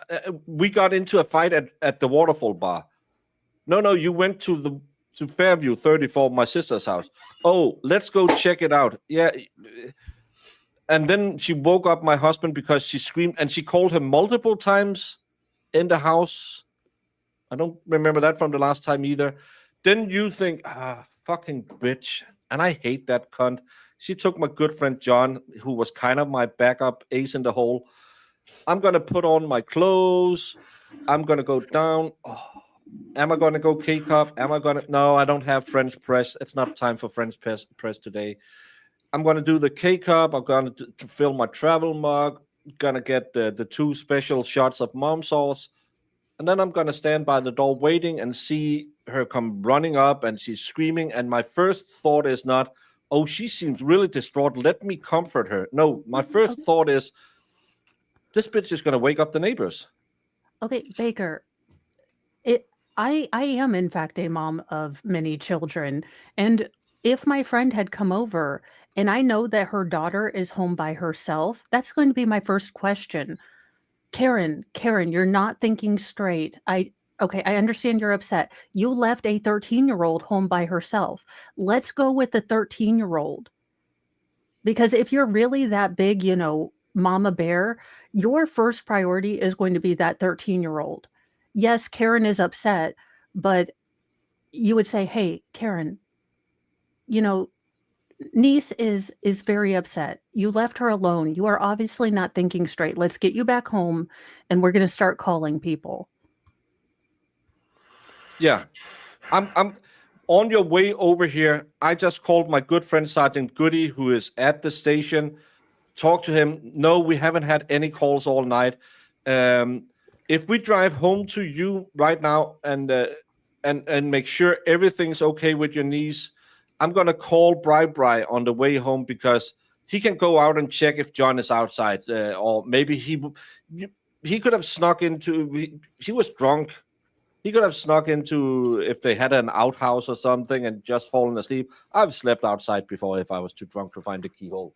And I've been too drunk and accidentally slept outside before. Yeah, and more than once. Yeah, no, the 13-year-old hadn't been home alone all night, because they did come home. Or Karen was home sleeping at the house. Yeah. But no, your first thought isn't, hey, let's try and figure this out. It's, oh, this annoying kill. I can say it in Danish. This annoying killing is gonna wake up all of my neighbors. Killing. So. Nice. That's the B word in Danish. I don't think YouTube will pick it up. So let me shut. This is awesome. I'm going to start saying that all the time. Yeah, kind of like when Danny T found out Lord is shield. But let me shut her up so she doesn't wake the neighbors. And then you see a plow, and then Carrie come. Carrie never mentioned she drove behind a plow.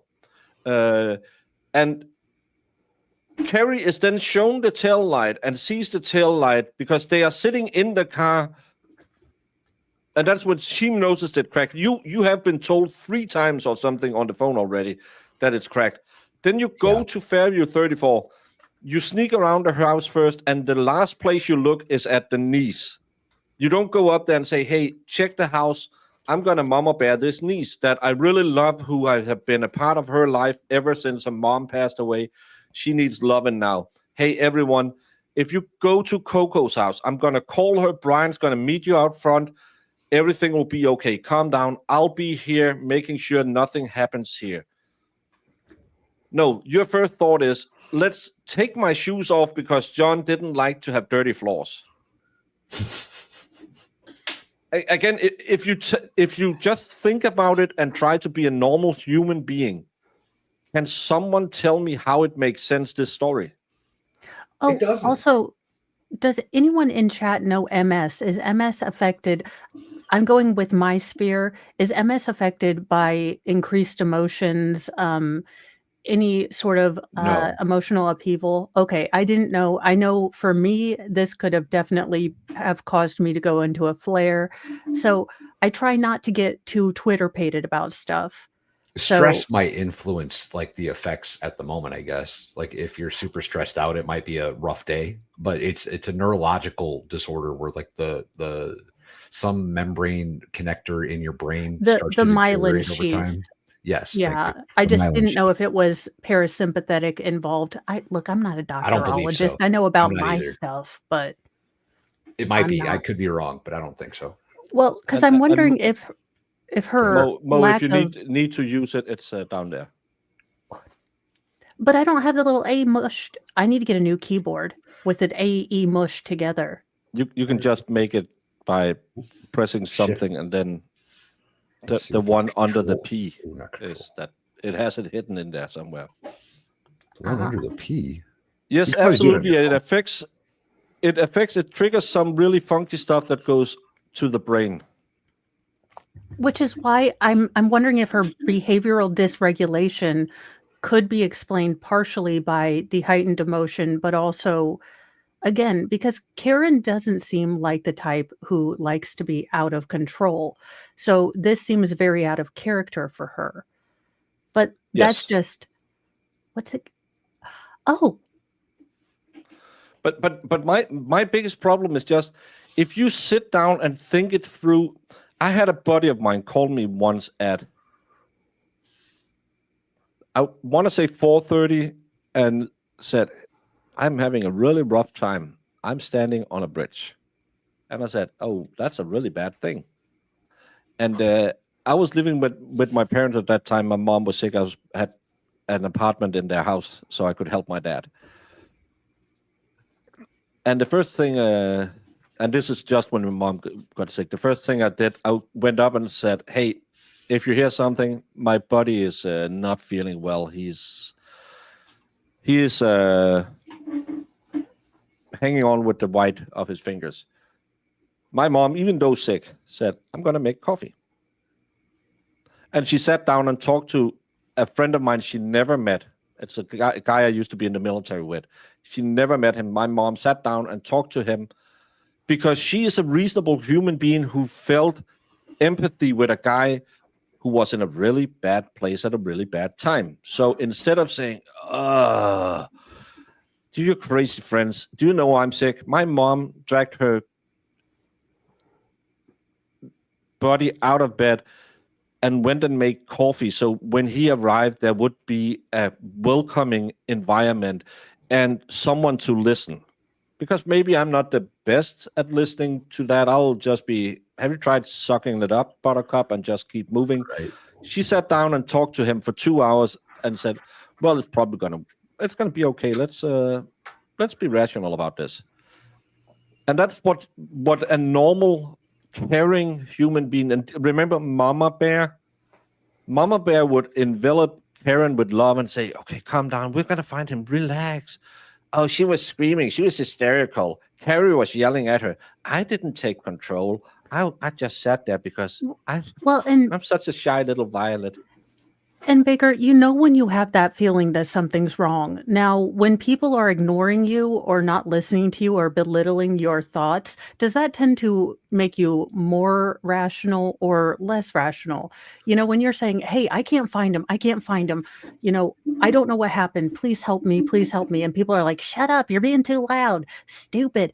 And she's like, "Please just take me to Fairview. You said the last place was Fairview." "No, we're going to go to John's house first, you idiot. And you Yeah. didn't take your shoes off. I saw that. I'm going to tell John." Yeah, that's such a weird flex to try and make her look guilty.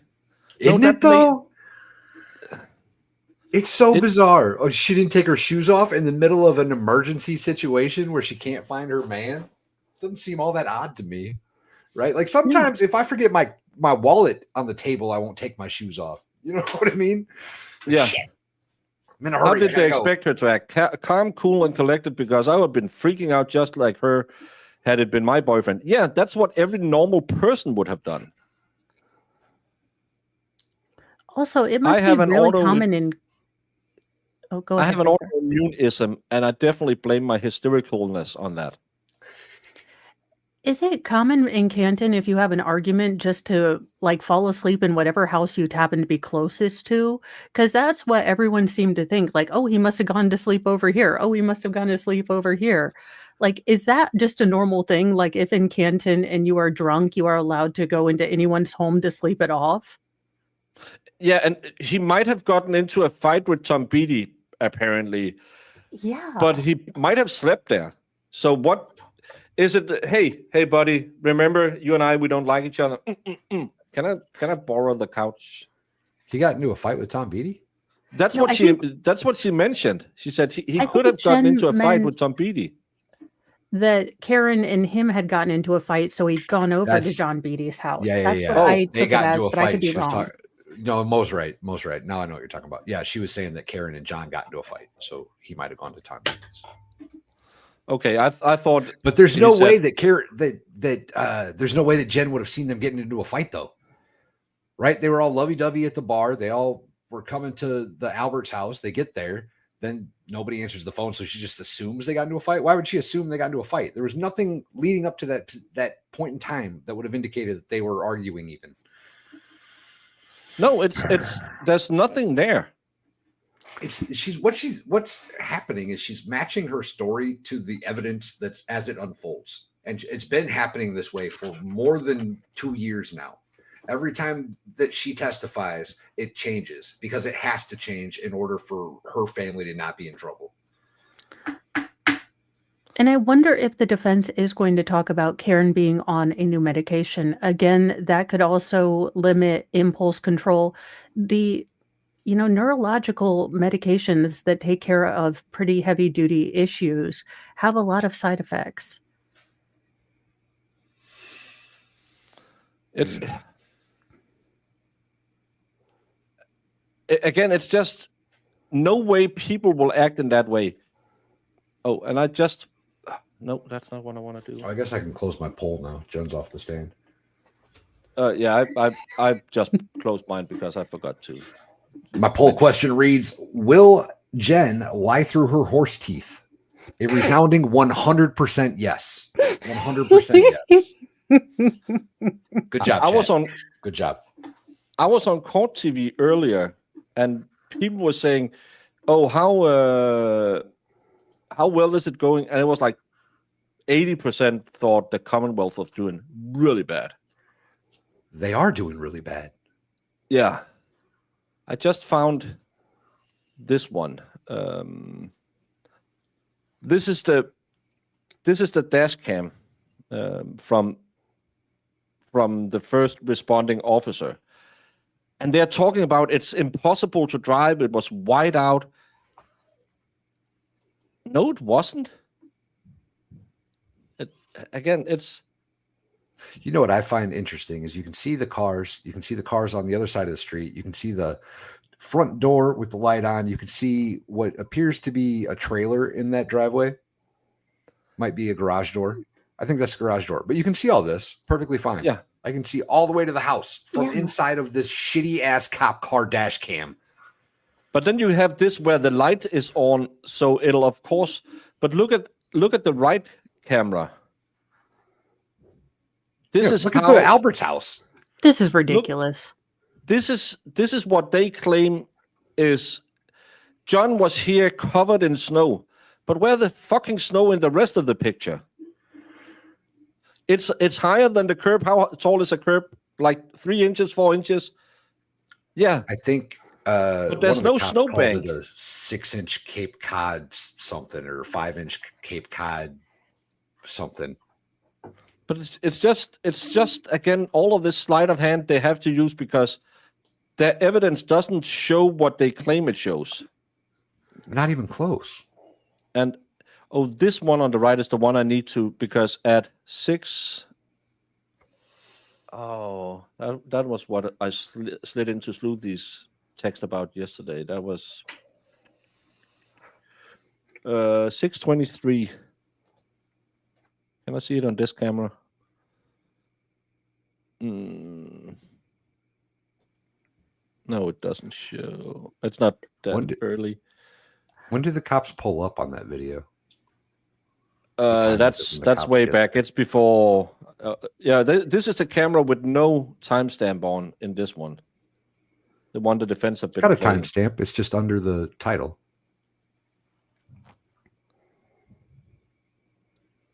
Oh. 6:10. 6:10. So 6:10.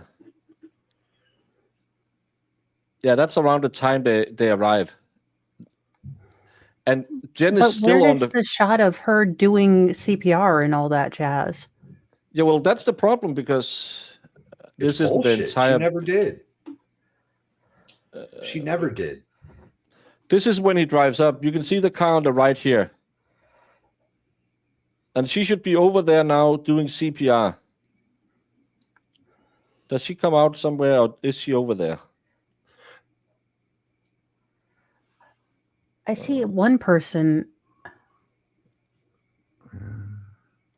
It's because this has a really bad windshield wiper, so it's hard to get a clear picture. But you have one person here, you have one person here as far as I can see.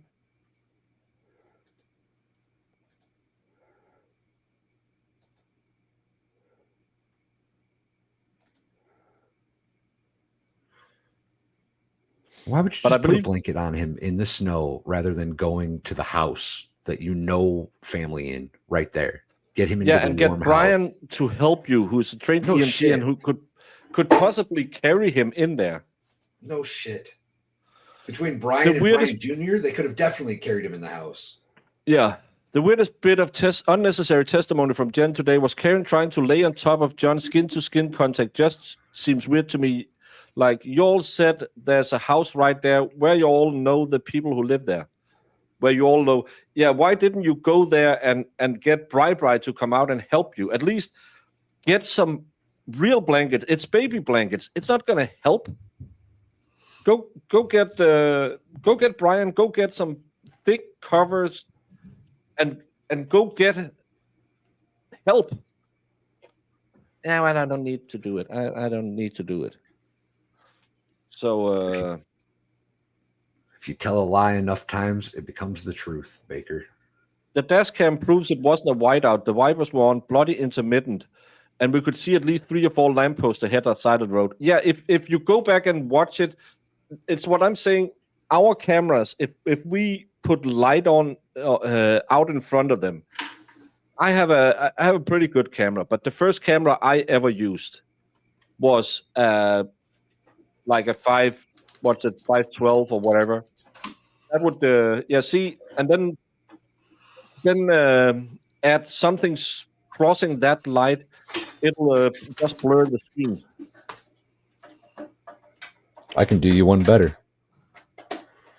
Oh, get in the hole. Get in the hole. That's what she said. It's your home. I just think that one of the signs that Jennifer McCabe is lying is that she's giving all of this extra unnecessary detail when answering questions. And that's the big problem. She wants to tell a story that can come ahead of all the stuff that she knows are coming. But they have been prepping her. We know this. They met to talk about her testimony with Carrie. They have done the same with Jen as well. And if this is a prep Jen McCabe, yeah. I don't know how well it is. Valhalla, can you turn down your the resolution on your camera? Can you get it to stream in like 512? 360 or 480. Oh, give me 480. Ooh. There's some 480 for you. Yeah, try moving around.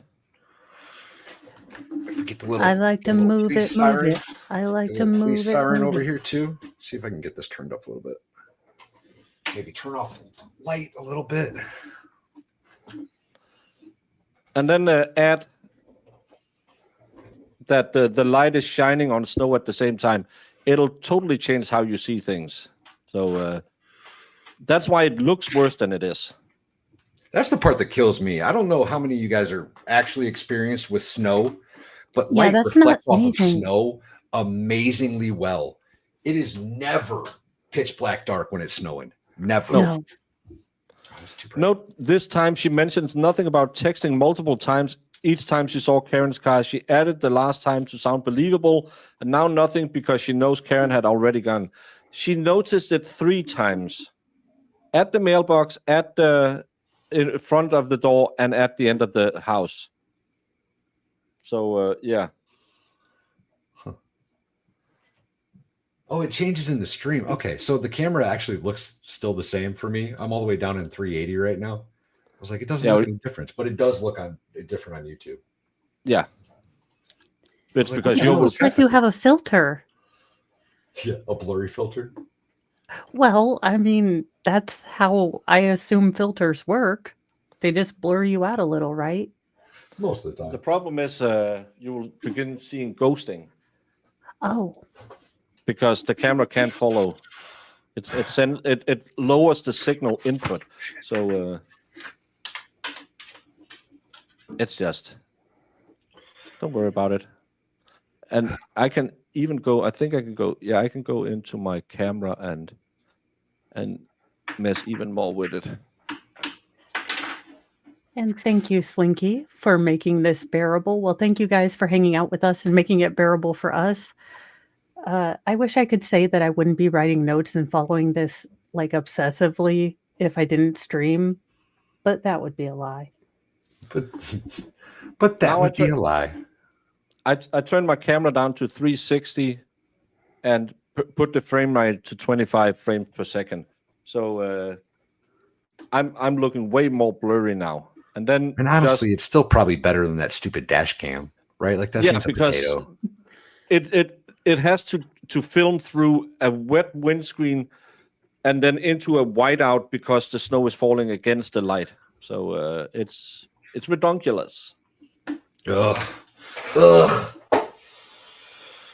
It is the most effective way to warm up a freezing person in winter by skin to skin. I learned already as a child when my father broke through ice, we warmed him. Yeah, that's what you're taught if you have to change it. That's what you should do if you're not in somebody's front yard, right? If you're in somebody's front yard, go in the house. Like no, you would even if you put don't one know person them. on top of him, maybe two people, while one person runs into the house, bangs on it, and says, "Hey, everyone! Someone's dead in the front lawn, or someone is passed out in the front lawn. Bright, I know you're an EMT. Coco, bring the duvets from the bed you just slept in that will have heat on them. Body heat. Yes. That's what normal people will do. Well, even if you didn't know the people in the house, hey, go bang on that door until someone answers. We need to get him into warmth. Go bang on some neighbor's door and get some red Solo cups to keep evidence, but don't go to the cop's house that we all know. The brother-in-law. John O'Keefe's niece was home alone with a friend during part of the evening while John and Karen was out drinking. Yes, apparently that was something that happened quite often. They're how old were they though? They're old enough. Yeah, there's Just a difference 13. between having an older friend babysit your child and then noticing that your friend is making such incredibly bad choices that she leaves a 13-year-old in a snowstorm, while she's not really able to drive very well, after she's woken the daughter up or the niece up at 5 a.m., 4 a.m., screaming hysterically. There's a lot of different factors between what might be a regular Friday like babysitter night and what happened that morning, at least in my opinion. Bye, Amanda. Niece was 13, and there was two of them, right? Because Maddie was over there too, or I guess I shouldn't say the name. My bad. But the other girl was over there. Whoever the hell's girl it was, I can't remember the guy's name now. I don't know. My brain's like, you finally understood cell phones. I am done now. Oh, I guess no, but he went and picked her up at like 11:30 or whatever it was because the kid broke his tooth. His son broke his tooth, so he had to pick up the daughter and then go get the kid from the hospital. And I think that's why Karen probably, if she also felt a little bad when they left, said, "Let's just go home. Kaylee's home alone." Yeah. Probably, yeah. Yeah. And that could be another part of why she's so angry. Again, I didn't come out to Canton to babysit. In fact, we just outlined this entire day that being around the children is kind of a big point of friction in our relationship. So again, all of that resentment plus, basically having to go home, not feeling well, being a lot-ish drunk, I don't know. And realizing that you are back again to being the, caregiver, and you're probably going to get your ass chewed for not waiting for him at the party.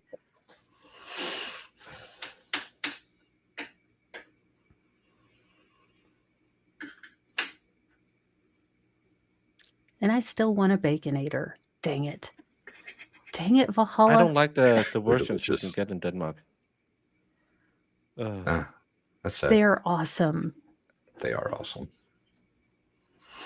And then I'm full for like an entire day. I don't know how people can eat that and like other meals. Oh, But dude, I'll eat that, and then either I'll get a medium French fry, I'll get a Baconator.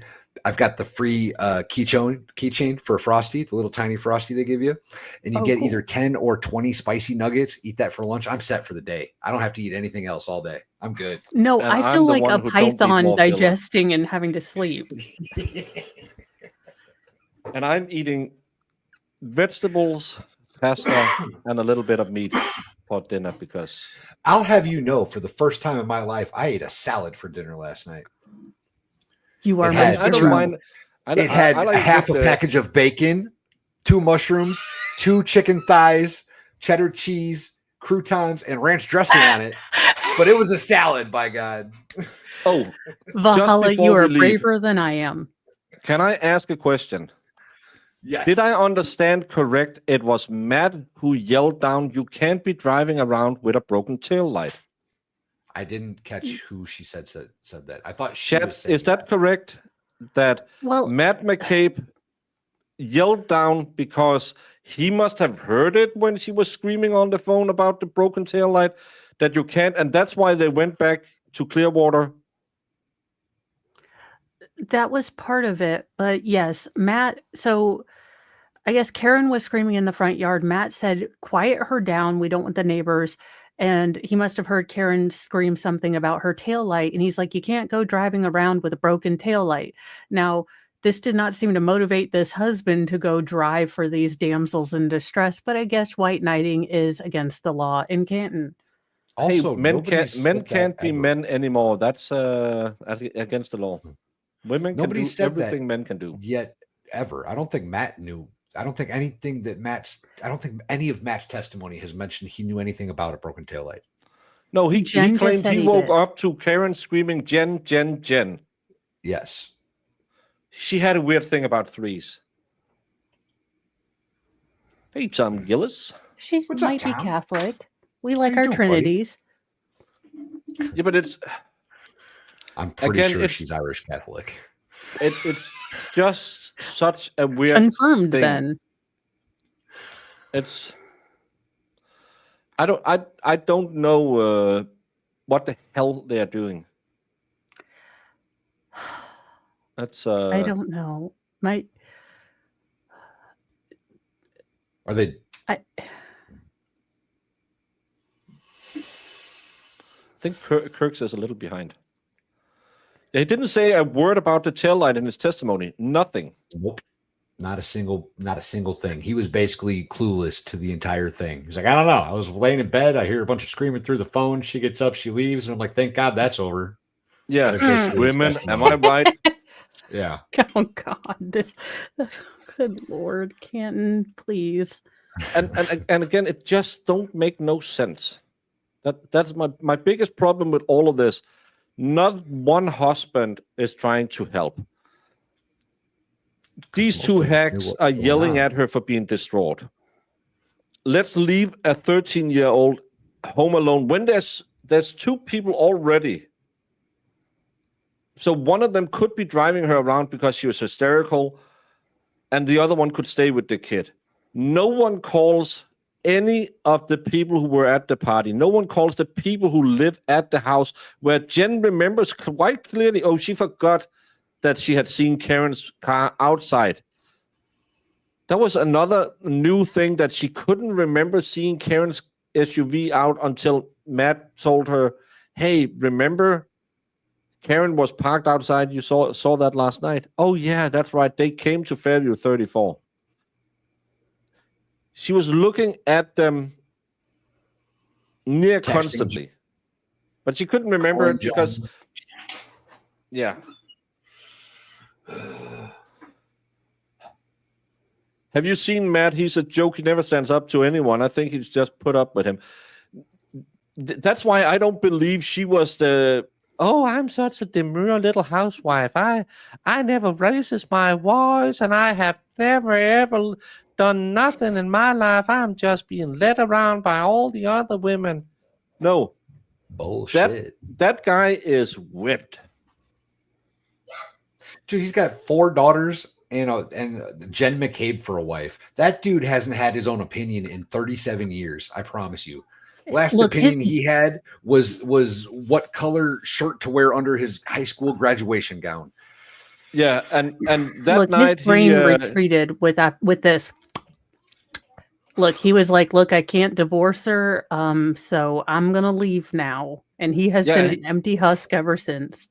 He probably thought, "Hey, we're gonna christen the backseat of this Camaro," and every day since then he thought, "I really should have listened to my dad and put on a Jimmy hat." Shit.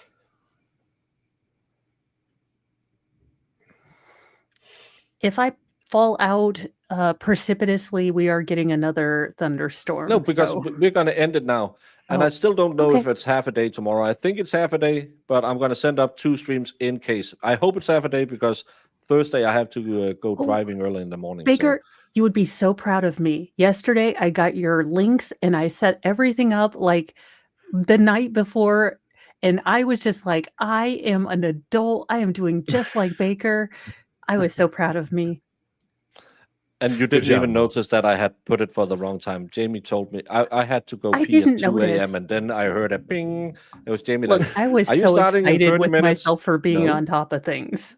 I was paying no attention. I didn't set it up till about 2 a.m. this morning. Everyone, thank you all so much for coming here and making this bearable. Tomorrow will be more Jan, and it'll be more Ross with the wheel of. I'm not even sure we're going to make it to Cross tomorrow because if it's already ending at noon, she's talking it's only still half about day? Maybe not. Yeah, but everyone has to do their homework tonight. You have to find the original testimony she gave to the police, the grand jury testimony she gave, the testimony from the last trial, and the testimony she's giving this trial, and you have to find 200 discrepancies. That'd be and we will be having a pop quiz tomorrow.